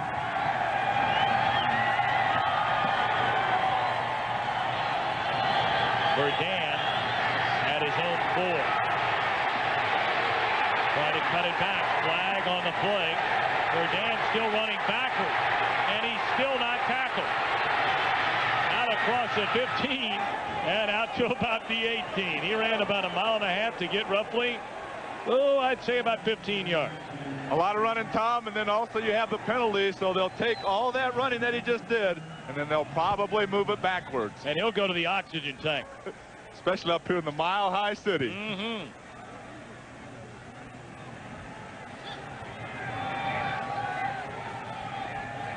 Maybe if it was a lineman doing all that running, we would have sprinted to the illegal block in the back by the receiving team number 39 during the return. Half the distance to the goal, first down. Well, first of all, Eric Jack gets beat for a touchdown catch. Then he's got a penalty right there on the kickoff. And Clarence Verdun in some pretty good shape. Not even breathing hard. It's 17-10 here in the third. Right here you see Clarence Verdun. You see the flag coming down. He goes to the left. He said, uh-oh, that stopped. I'll go back to the right. Going the wrong direction. He says, now I can finally get going. All that running, then a penalty, and then right here at the end, he says, do I take a chair or do I just lie down on the ground? I'm tired. First down. Batted down by number 94, Jeff Robinson.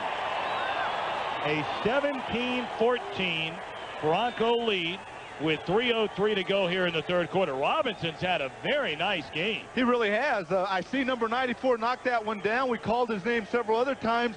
Going against the veteran, he doesn't get a whole lot of penetration, but then again, going against Mike Ken, he says, well, he stopped me. I'm just going to go ahead at 6'4". I'm going to jump. And he does. He knocks the ball down. Crowd really into it.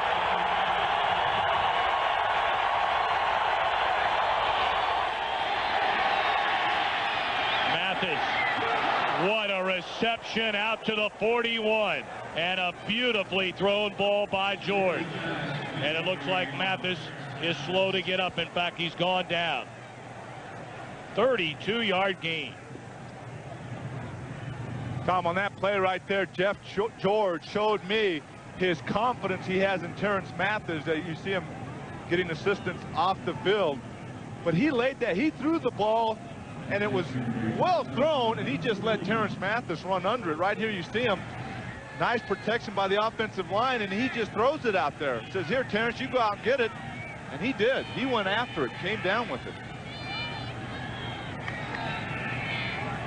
For Mathis, that is his 4th reception of the game and his 76th of the season. And he appears to be all right, walking much better than he was a moment ago. Tom, you mentioned his 4th catch today. He only needs 22 catches this year to surpass a 4-year total with the Jets. Darrell Spencer, number 84, the man in motion, has just checked in for Mathis. Hayward to the 46. You know, Terrence Mathis, up until this season, in 4 years with the New York Jets, 4 years, he only made 1 start, and that goes back to his rookie season of 1990. Well, I'm not a math major, but right here you see the 4 years. And then you see the 72 catches here, and you add the 4 of today, 76. I'd say that's amazing. He can have that many catches, and they still have, after this game, 5 games left. He has all those catches in 4 years up there with the Jets. George on a 2nd and 5. Threw behind the receiver, Emmanuel. Good coverage by Ben Smith. Well, we've seen that several other plays. Jeff George having a little problem throwing those quick slants and hitting his receiver. Once again, he throws behind his guy. Cannot hit him on that quick slant. Well, a 3rd down and 5. And the Falcons today on 3rd down, 5 of 11.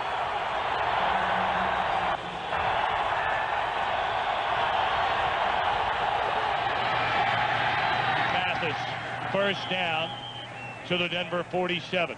So he is just fine. He limps off. He's back in there, makes a nice third down reception to keep this drive going. Guy's just having a phenomenal year. And just a pleasant guy to talk to. We had his game a couple weeks ago, and we had a chance to chat with him. And boy, he's just a super guy to sit down and have a conversation with. Yeah, and he says he's now enjoying sitting down at the main table, no longer eating back in the kitchen. Getting a chance to play after 4 years of very little opportunity in New York.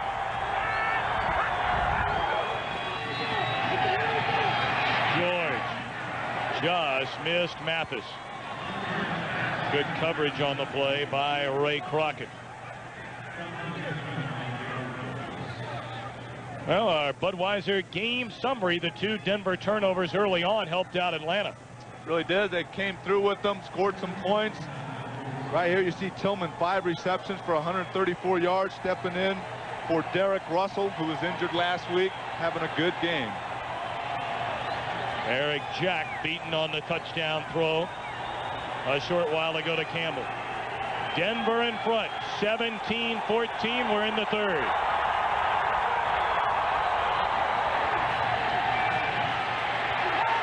George throws it up. Caught by Mathis. Touchdown, Atlanta.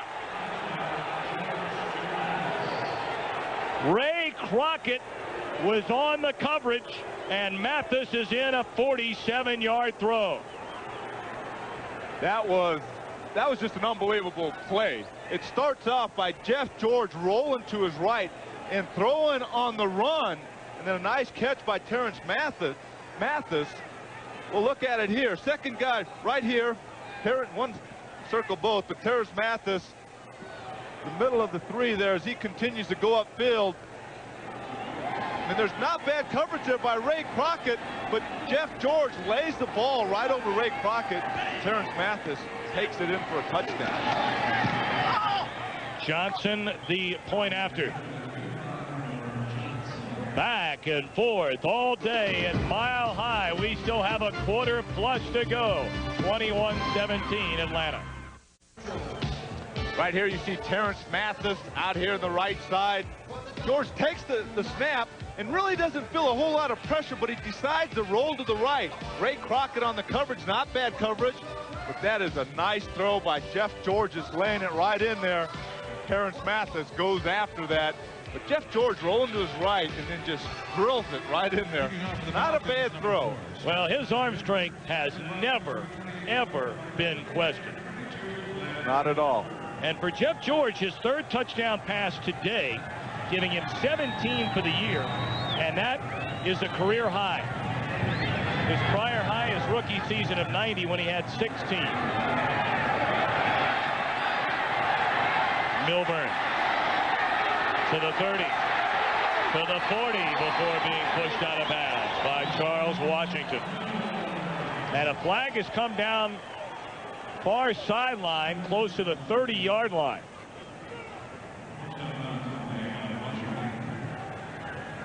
More times than not, Tom, this means that the receiving team is going to be marching backwards. See the illegal block with the hands in the back. We'll get the call right here. Holding by the receiving team, number 38, during the return. 10-yard penalty, first down. Or holding. Reggie Rivers guilty of the infraction. Take a look at it here. Right there you see Reggie Rivers making the hold. The flag comes right down by his feet. No question, I'm sure he's aware that it's him right when the flag is. That's the great thing about the officials. They don't hesitate throwing that flag right at your feet. Or sometimes even hit you in the head with it. All right, Elway in Denver on a 1st and 10 from their own 20.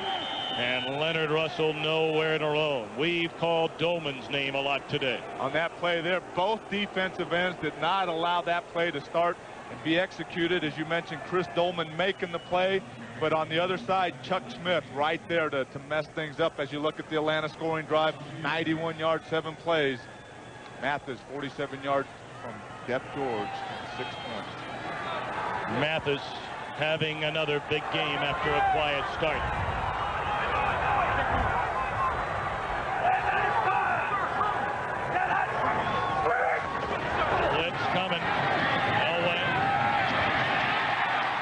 was juggled and then dropped by Tillman. Good hit by Eric Jack. So that'll be the final play of the third quarter. Our score from Mile High Stadium in Denver. The Falcons 21, the Broncos 17. Denver, the early 10-0 lead at the end of the first quarter.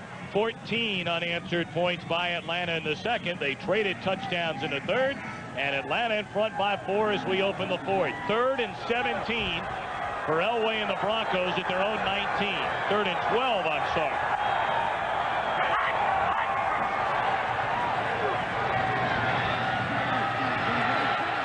Gathers got him at the 10. Gathers and Dolman have had huge games. 4th sack against Elway today. Well, the Broncos come, Thom. Broncos come into this game being sacked 27 times. Right there, Jumpy Gathers adds another one to his list.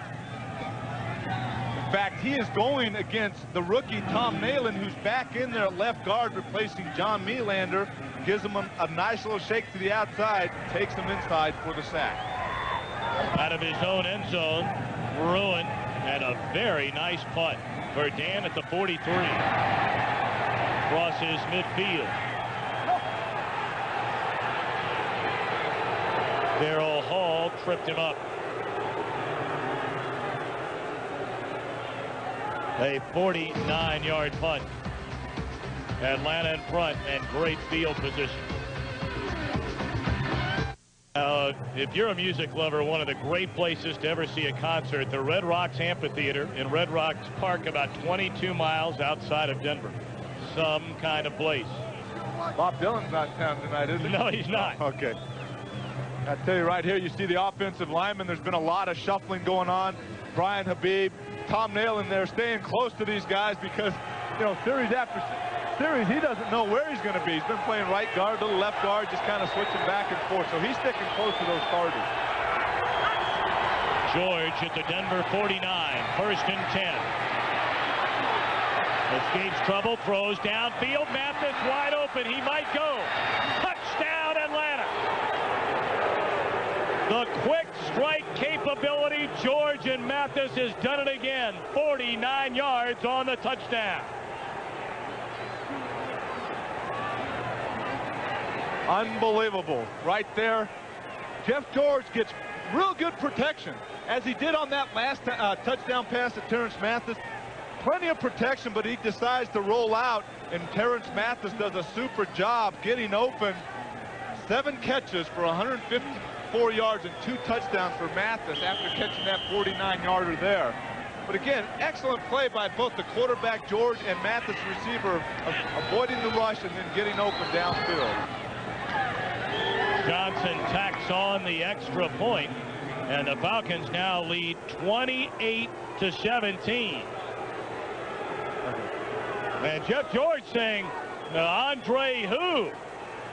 Right here we have Terrence Mathis, who takes off. Got 3 wide receivers on that side, but he continues downfield. Dennis Smith coming over. Then I'm sure Terrence Mathis sees Jeff George scrambling back there, so he takes it back over the middle, and he is wide open. A super target. I mean, you can't miss a target like that. Again, throwing on the run. Go, baby, go. You can read his lip. That's right. Once again, he's got to be fired up. I mean, throwing on the run like that, hitting him right perfectly. Second time that he's rolled to his right and connected with Terrence Mathis. A 4-touchdown pass performance by Jeff George today. First time he's done that in his career. Last week, he had his first 300-yard passing game as a Falcon. And Terrence Mathis, you can't say enough about him. This guy is just having a spectacular season. Milburn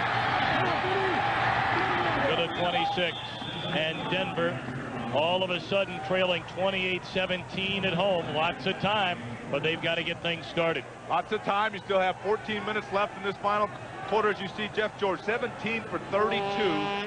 The big stat, the 4 touchdown throws. And as I was going to say, still a full quarter left. You're only 2 scores down. You do have John Elway at quarterback. Elway on the afternoon, 16 out of 25, 272 yards, a touchdown, an interception, and a fumble. Now they have to find a way to block Jumpy Gathers and Chris Dolman on this series.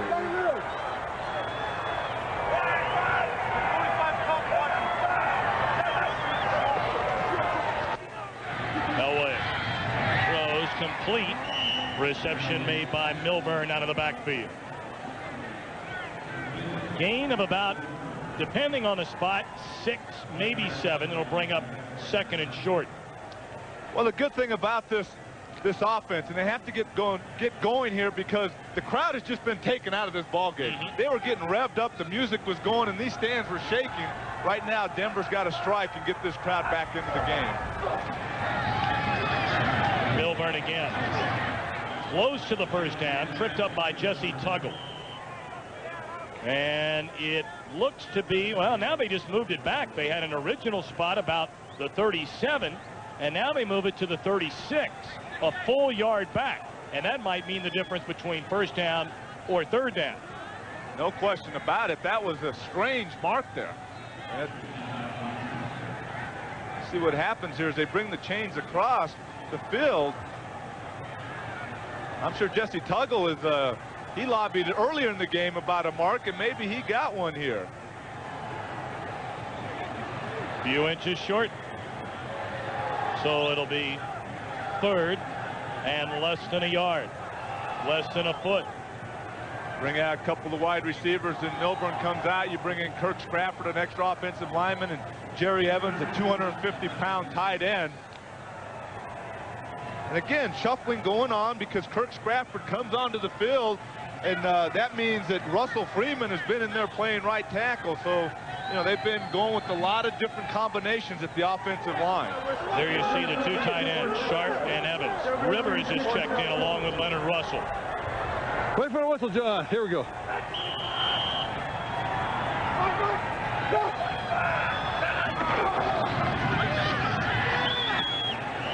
Gonna be very close. That second effort may have done it for Russell. Matthews came up and whacked him.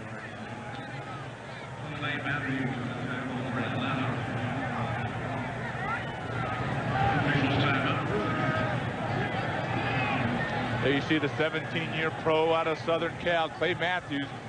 Nice angle here. You see Elway turning, giving it to right here, Russell. And Clay Matthews comes up, and Thom, as you said, if he gets it, it's because of the second effort. Clay Matthews puts a good hit on the big running back, the 235-pounder out of Arizona State. Oh, did they get it? About a half an inch short. Wow. Now do you go? I have to go here. I have to go here.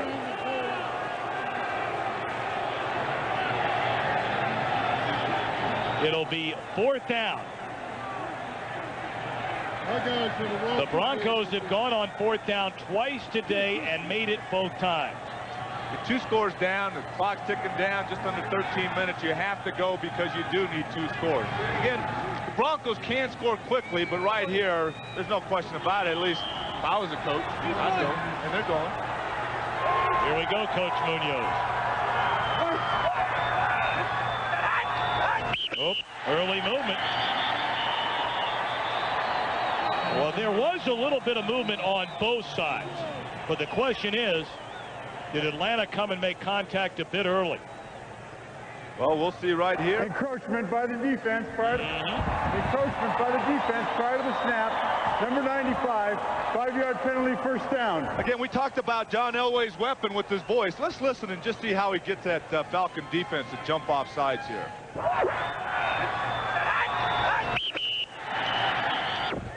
Maybe with a little head movement, too. Just a little bit. Not a whole lot, but yeah, I guess when I was in here a few times, he had a tendency to do that head.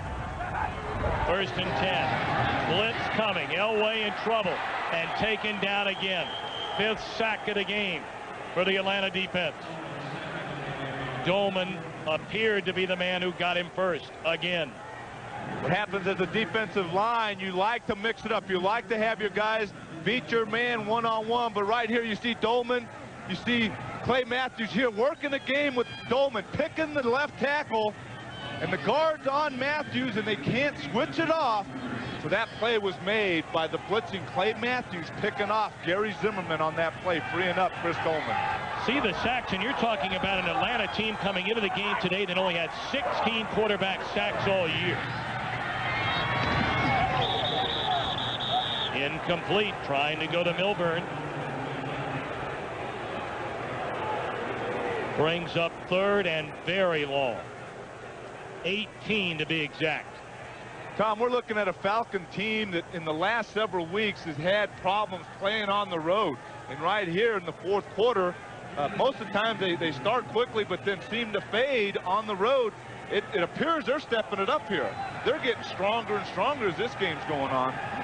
Well, they blew the lead late against New Orleans last week.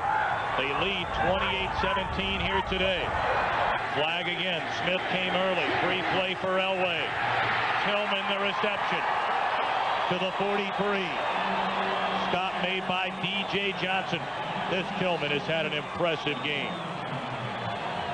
And there's been a couple catches where he's had to go way up and make them. I mean, the ball was in his area. By the defense, number 90. The penalty is declined. First down. 25-yard gain. Once again, Elway's voice bringing Chuck Smith across the line of scrimmage. You see Cedric Tillman one-on-one with Darnell Walker here, or actually just kind of going through the zone there. Finds the seam. The ball thrown perfectly over the outstretched arms of Jesse Tuggle. But still, Cedric Tillman goes up and makes a nice catch there. The first catch of the second half by Tillman. Elway, far sideline. And it's incomplete, looking for Miller.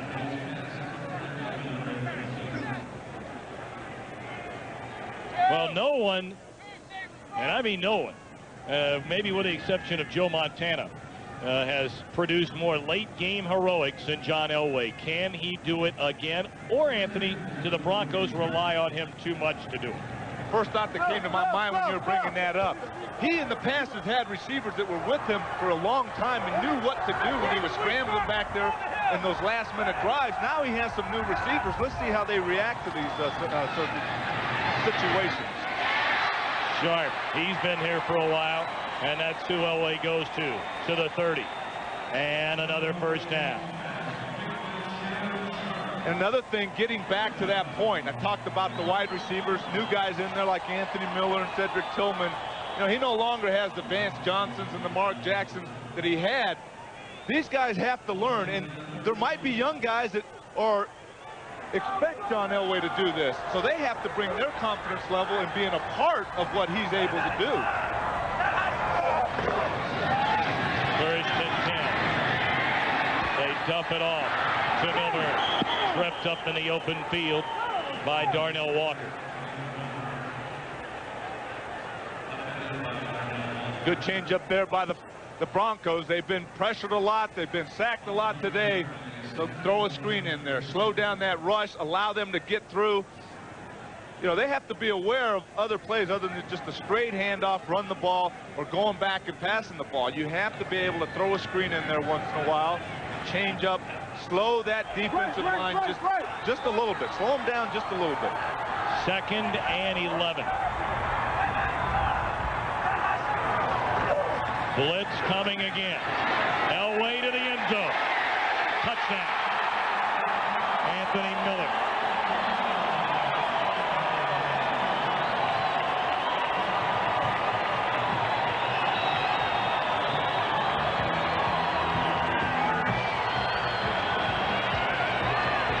Tom, the way things are going here, my guess would be that this is not going to be the last score today. And they are, it appears they're going for 2 on this one. But when you blitz a lot and you take chances, you're going to get hit with the, right here you see Anthony Miller. You're going to get hit. You see Darnell Walker coming on the blitz. Eric Jack slips and he falls.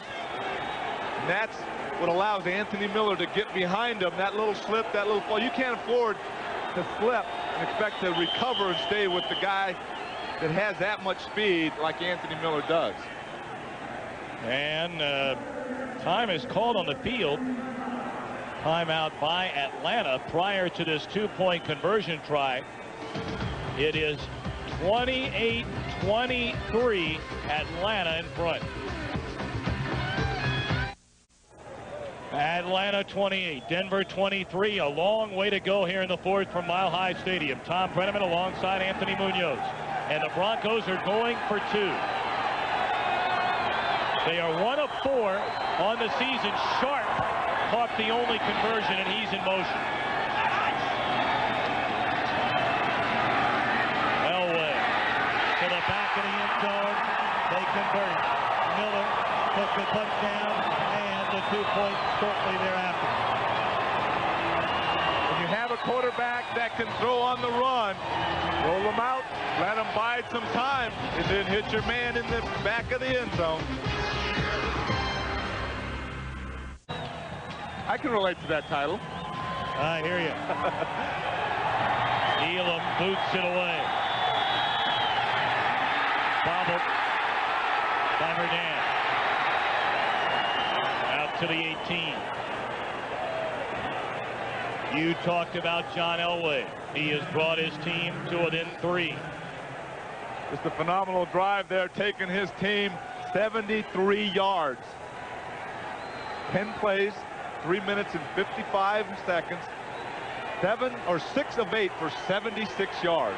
Not a bad drive there. You still got 10 minutes left. That's several more drives. Either way, huh? George has done pretty well for Atlanta. The crowd into it. 1st and 10 Falcons.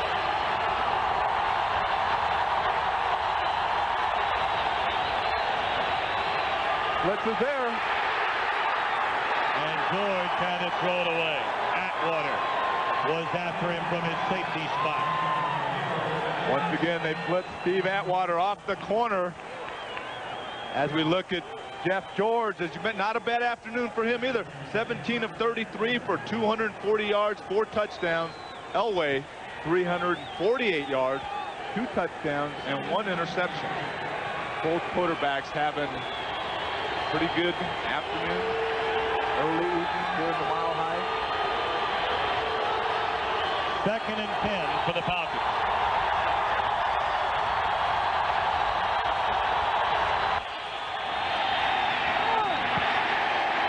Third and 10.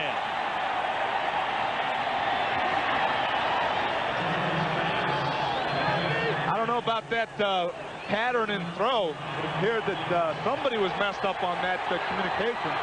Birdie Manuel took it to the inside a little bit. Jeff George appeared to be throwing an out. The ball sails out of bounds, no one around it. 3rd and 10. The crowd tells the story for me. The timeout is called on the field. Atlanta took it.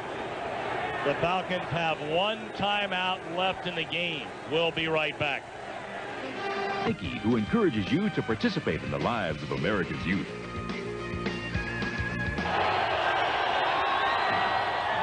The Broncos trailing by 3. The Falcons a 3rd and 10.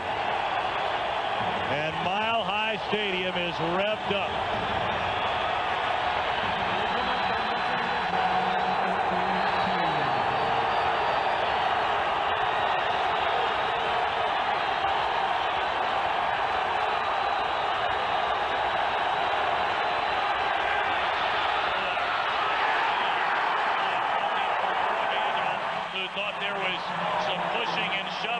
Ben Smith, the cornerback. 3 and out for the Falcons, and the crowd can make a difference, can it, Anthony?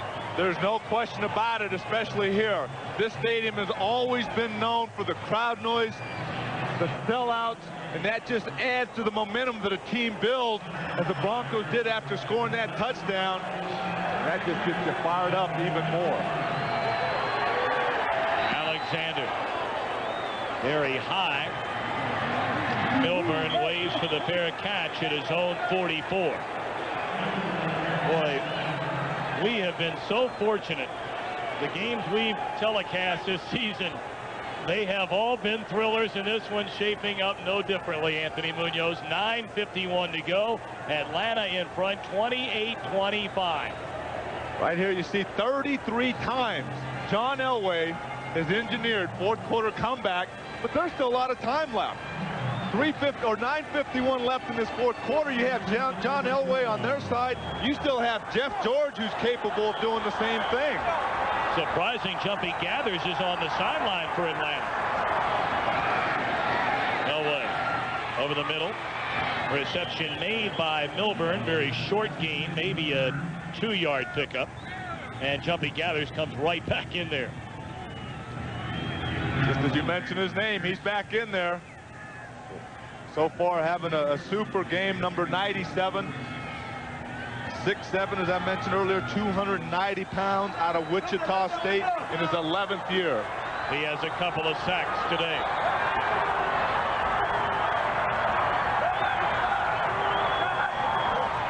Blitz coming again in Elway. Down the sideline for Miller. Through his hands, but he was already out of bounds. Good coverage by D.J. Johnson. Let's take a look at that as we see D.J. Johnson on the super coverage there of Anthony Miller. Right here, step for step. Runs out of room. Not enough room to make the catch. Boy, he is really an engaging guy, isn't he? D.J. Johnson, 6-year pro out of Kentucky. Playing with a torn left bicep.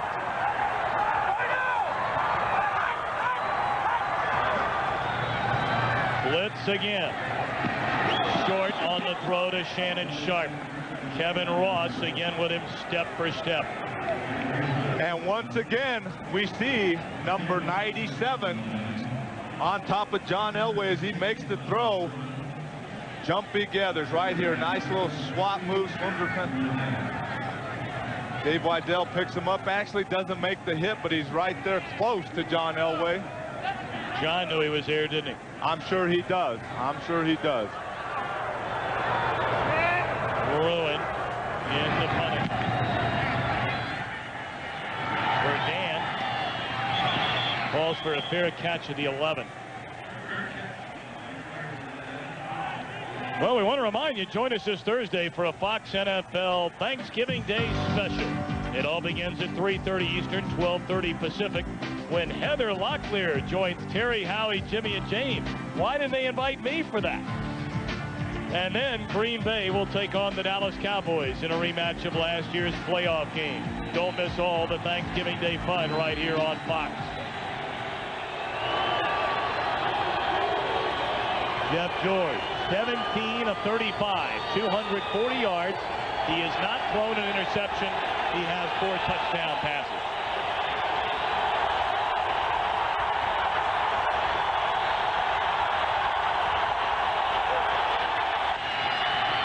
George throws complete to Mathis, just shy of the first down. Tackle made by Ray Crockett.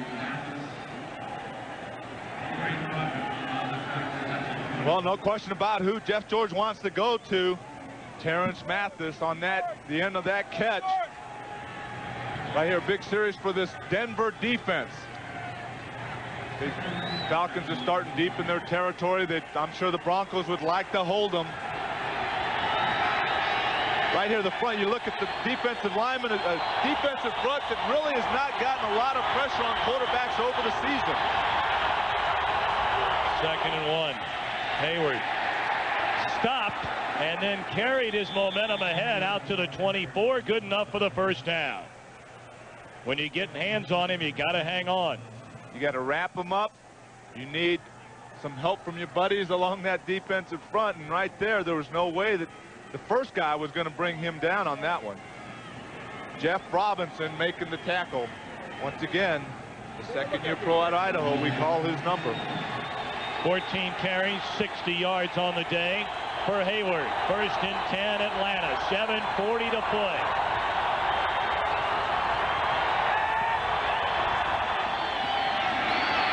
Hayward, first down and more. Atwater dragged him down with help from Fuller.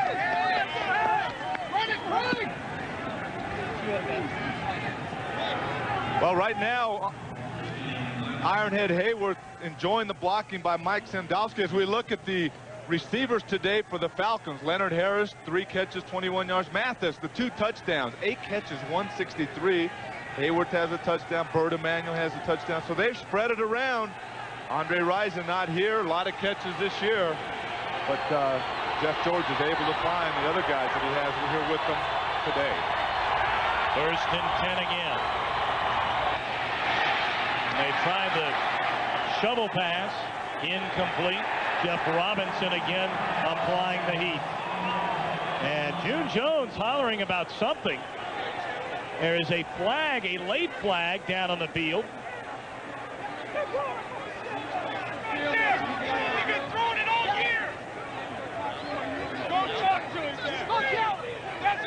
Intentional grounding. Oh, boy. Number 1. Oh, boy. Lost it down at the start of the foul. Well, there's a case, Anthony, in it where the officials have to know the teams that they are officiating going into a game, because this is a play Atlanta runs all the time. And you can hear that in the audio. They're yelling, this, you know, that's a play. I mean, that's that shovel pass screen.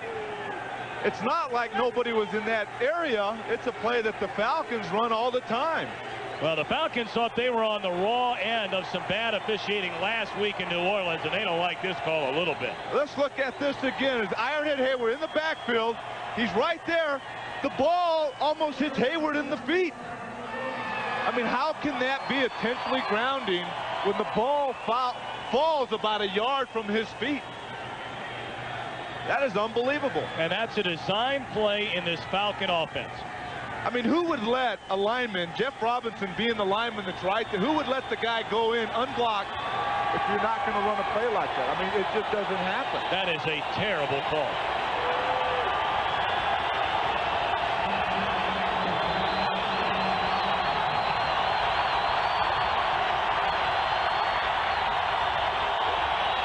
Second and 20.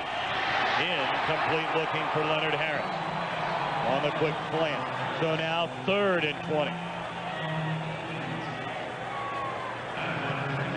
Let's take a look at Leonard Harris. Isolated. He took over for Andre Rison right there, one-on-one.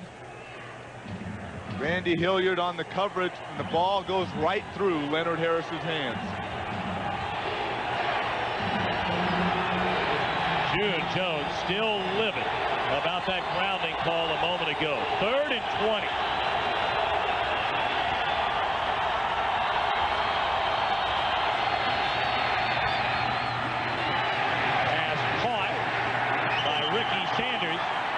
There to meet him, Ben Smith with help from Elijah Alexander. Shy of the first down, Atlanta has to punt.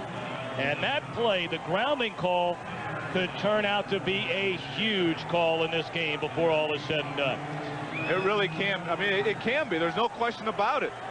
I mean, and it wasn't like it was a close call either way. I mean, it was obvious that they had a receiver right there.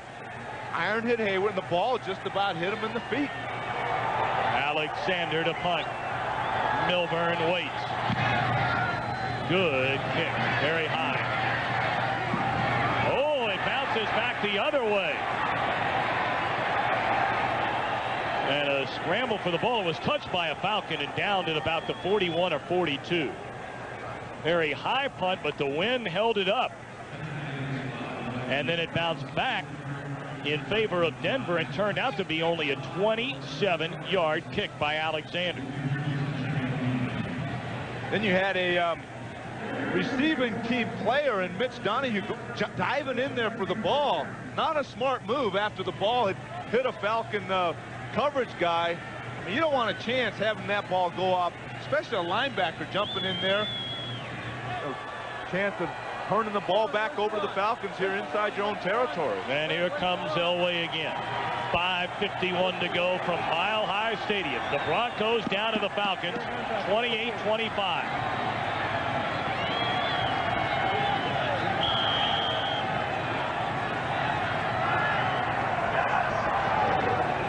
The blitz coming.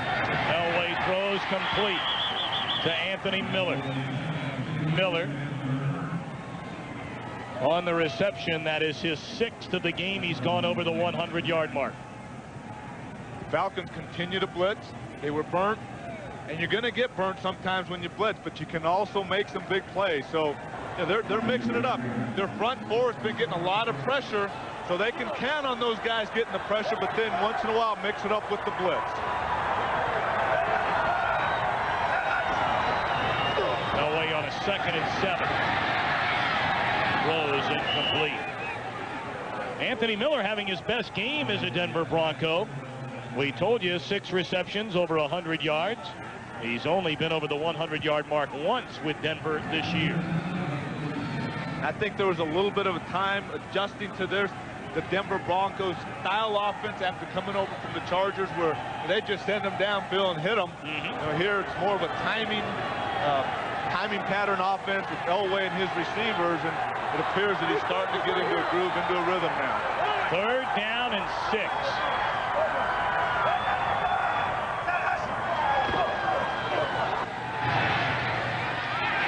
First down.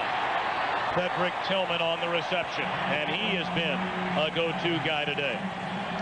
He steps in there for Derek Russell, who was injured last week, a neck injury. Probably will be back next week. But as you mentioned, Cedric Tillman has jumped in here and had a big, big game. Clock rolling down under 5:15. Thom, Brennaman, Anthony Munoz, Mile High Stadium in Denver, a 28-25 Falcon lead. Tillman crosses the 40 to the 37. Walker on the stop, along with Tuggle. A gain of nearly 9. And such a smart approach by this Bronco offense, knowing that there's under 5 minutes left. They just want to pick away, short stuff. They don't want to score so quick that the Falcons have time, and that's what they're doing. They're just taking their time. They're patient with what they can get, and they're taking what they can get. Not trying to go for all of it all at one time. Inside handoff to Milburn. First down and more to the Atlanta 25.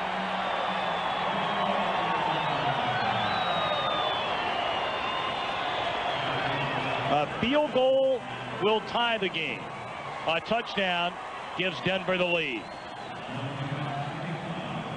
We welcome the audience watching the Tampa Bay-Seattle game, where Seattle comes back to win it by 1 over Sam Weish and the Buccaneers. Here, it's 28-25 Atlanta. We're in the 4th quarter. Under 4 minutes to go. And Elway has the Broncos down to the Falcon 25 on a 1st and 10. To the corner. And he overthrows the intended receiver, Jeff Campbell. Terrific coverage by D.J. Johnson. Fans not real happy about that play. They felt maybe D.J. Johnson had his hands on Campbell, but it was just nice coverage there. Let's look at the end of that play where Jeff Campbell is going against D.J. Johnson. No way, he just had super coverage on him. Right there you see Jeff Campbell saying, hey, what's going on? Get a flag on this play? And you mentioned D.J. Johnson playing with the torn bicep. 2nd and 10 to the ground with Milburn. Trying to cut it outside. And then just ducked under. A loss on the play. Dolman was chasing along with Smith.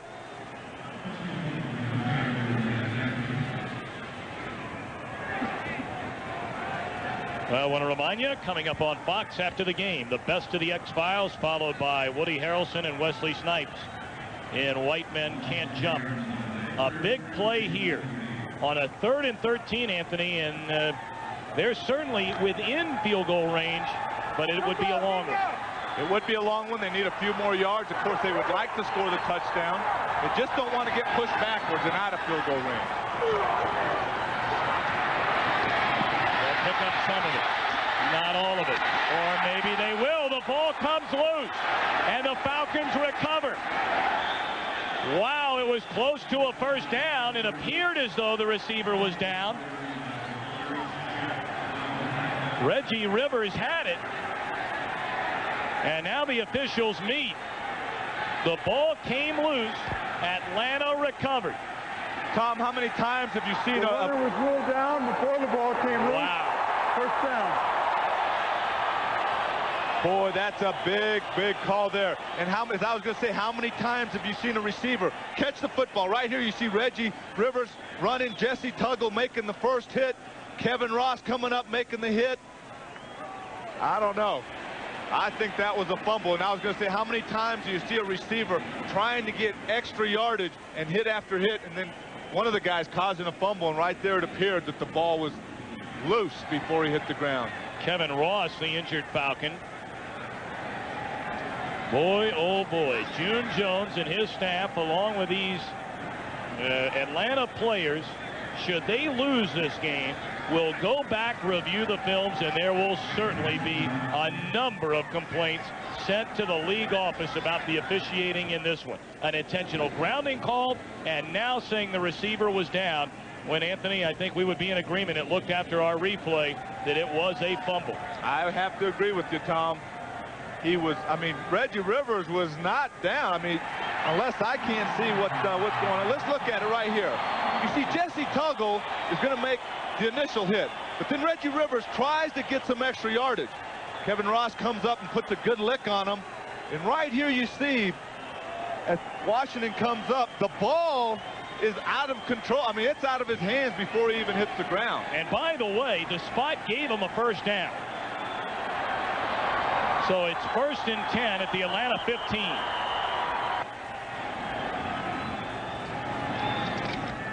Boy, our Fox crew right on top of that replay for you. They have given us some phenomenal shots of what's going on down there on the playing field. All right, here we go. 2:42 left to play. Atlanta 28, Denver 25.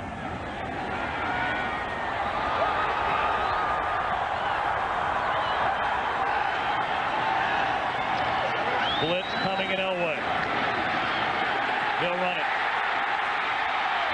Inside the 5. First down. DJ Johnson, a touchdown-saving tackle. There's no way John Elway was going to take a slide on that play. He wanted to get in the end zone. And if that meant laying your body out there, as you see, 40 rushes for 187 yards this season, a 4.7 average, and 3 touchdowns. He wanted to add to that touchdown total, and if that meant stretching out, going across, he was going to try it. We're down to the 2-minute warning. A thriller at Mile High. 1st and goal for the Broncos, down 3. If there's anyone better that can pull the ball down when he feels pressure, as he does here by Chuck Smith, number 90, John Elway pulls it down. As I mentioned earlier, he's not going to take a slide and put himself down. He's going to try to score a touchdown. With his size and his determination and the competitor that he is, he's going to try to get in for 6. But his ability to feel the pressure, bring it down, and get positive yardage is unbelievable. 1st and goal for the Broncos at the 4. He'll run it. Touchdown.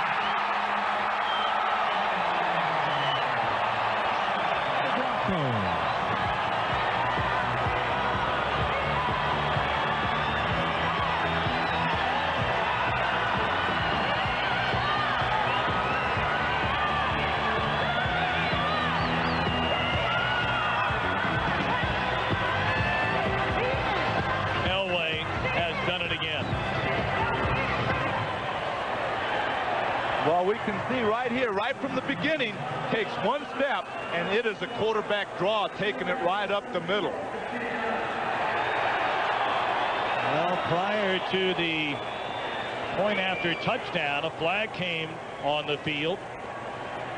John Elway, it could turn out, and I say could because remember, Jeff George has had a good game as well, and there's a minute 56 left, but it could turn out to be Elway's 34th fourth quarter comeback, the most documented by any quarterback in NFL history. What a player.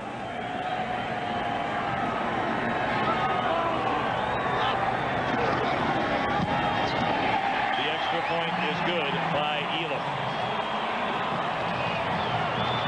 32-28 Denver.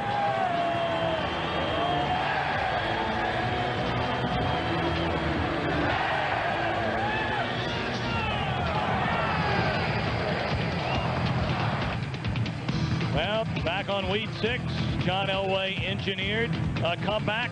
He did it again against Kansas City, only to watch the Chiefs come back and win that one. And then last week against Seattle, Elway running in for the touchdown. as the Broncos defeated Seattle. And here he is today, or early tonight, giving his team a 4-point lead with under 2 to go in the fourth. It's amazing that one of those three we just watched was that same design quarterback draw where he took the one step back, took it up the middle, same play he just scored on here. And of course, the key play in that drive, the questionable call by the officials on what looked to be a fumble by Reggie Rivers, trying to lunge ahead for a first down on a crucial third down play. It gave Denver the first down, ruling that he was already down by contact, and the Broncos go in for 6. Thom, not a big play, but also you got to go back. They're up by 4 right now. They did go for 2. They made the 2-point conversion. So instead of being up just 3, where the Falcons can tie with the field goal, they're up 4, and they have to score a touchdown. And again, to remember, Atlanta only 1 timeout left. They burned a couple early in the second half.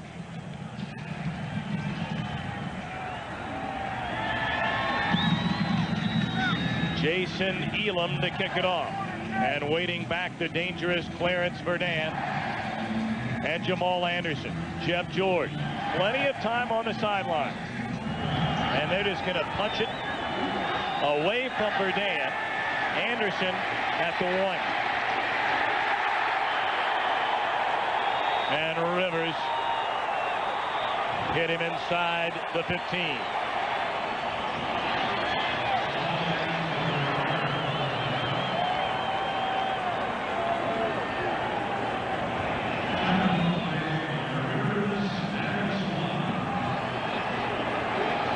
We welcome those of you after watching the Raiders down the Saints 24-19. Thom Brennaman, Anthony Munoz, Mile High Stadium, Denver, Colorado, where John Elway has engineered a drive a few moments ago, giving Denver this 32-28 lead. A minute 52 left. Atlanta 1 timeout. George throws, and it was caught but out of bounds by Leonard Harris.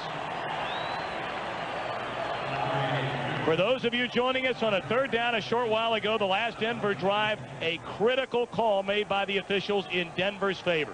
Well, Reggie Rivers running the football right here after receiving a pass. Jesse Tuggle makes the initial hit. Kevin Ross comes up and puts a good hit. But as Reggie Rivers attempts to get more yardage, you see the ball there comes loose. The official says he was down. Broncos maintain the football and go on to score and take the lead. George throws through the hands of Harris. There's no Andre Rison here today. He was suspended by June Jones after regular tardiness to team meetings. Thus, Harris has stepped in to replace him. Harris has caught 3 passes for 21 yards. Andre not being here, you have to go back to the fact that how many times, regardless of how well the wide receivers have played so far, how many times would a Jeff George go to an Andre Rison in a crucial situation? And right here at the minute 42, very crucial. 3rd and 10. Down the field, nearly intercepted by Dennis Smith. He was looking for Ricky Sanders.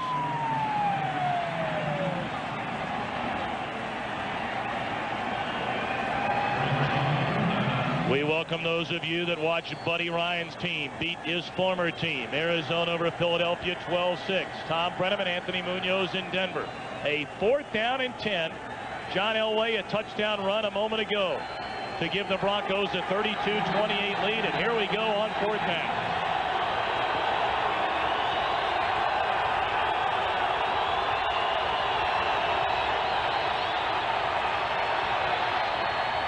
Through the hand of Sanders.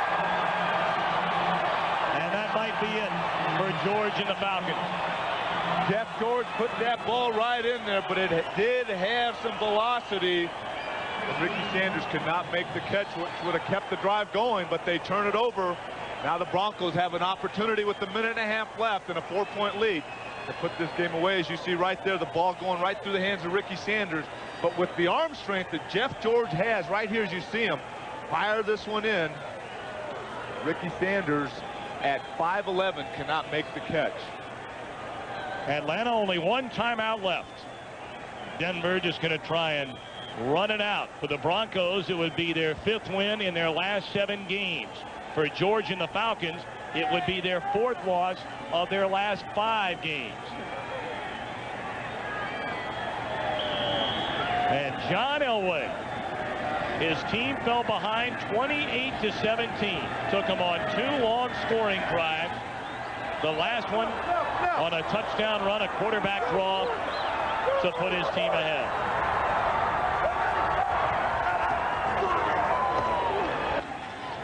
Thom, it's not like the Falcons didn't have a shot in this game. Not that it's over. There's still a minute 26 as the Falcons call a timeout. But the Falcons were up 13 points before the Broncos generate those 2 scoring drives. Elway and the Broncos in business, leading by 4. Again, a reminder, coming up next here on Fox, the best of the X-Files, and White Men Can't Jump. Well, Anthony, what a tough one this is going to be for Atlanta. June Jones still conversing with the officials, and he has pretty good reason for that. He does. He has at least 2 calls that he can be upset. The first one being when the Falcons were trying to execute, set up the screen. Jeff George shovels it to Ironhead Hayward. They call intentionally grounding. Ironhead's right there. In fact, the ball skips up and just about hits him in the knee. Then, of course, the big one was the fumble that they said Reggie Rivers was down, gave the ball or allowed the Broncos to continue and maintain possession of the ball, therefore leading to a score. He's got a lot to be upset about. And the Falcons are out of timeouts. And Elway will take it down on a knee. Now the Falcons came in at 5-5. They'll go to 5-6. They play Philadelphia at home next weekend, then go to San Francisco. For Denver, meanwhile, Cincinnati comes here next Sunday. A win there would get them back to 500. And you brought it up earlier, Denver is not out of this race yet. They're not. They have the Bengals coming in, then they do have to go to Kansas City. Not an easy schedule after the Bengals, and go to the Raiders, go to the 49ers, and finish up with the Saints. But again, they are playing well. They have come back. This will be their 5th win out of 7, like you said. They're turning things around.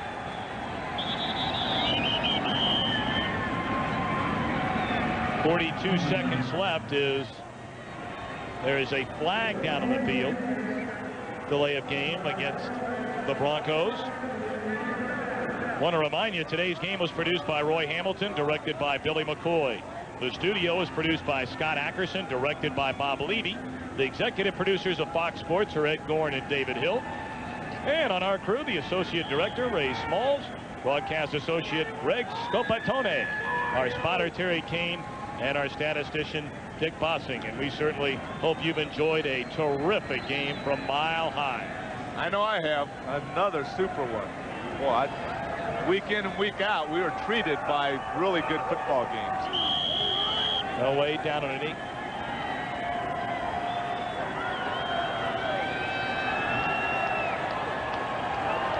The Broncos go to 5-6 on the season.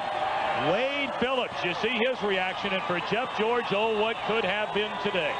That's true. You take that, and it's ruled a fumble. The Falcons take control of it and have a chance to wrap the game up, but no. They say that Reggie Rivers is down. John Elway scores a touchdown. They go up 4, and they're able to hold on for another victory. 32-28, and Jeff George is stopping by along with June Jones. A few words before they walk away from this officiating crew. The 2 crucial calls, both going in Denver's favor. We'll be back with more from Mile High Stadium right after this.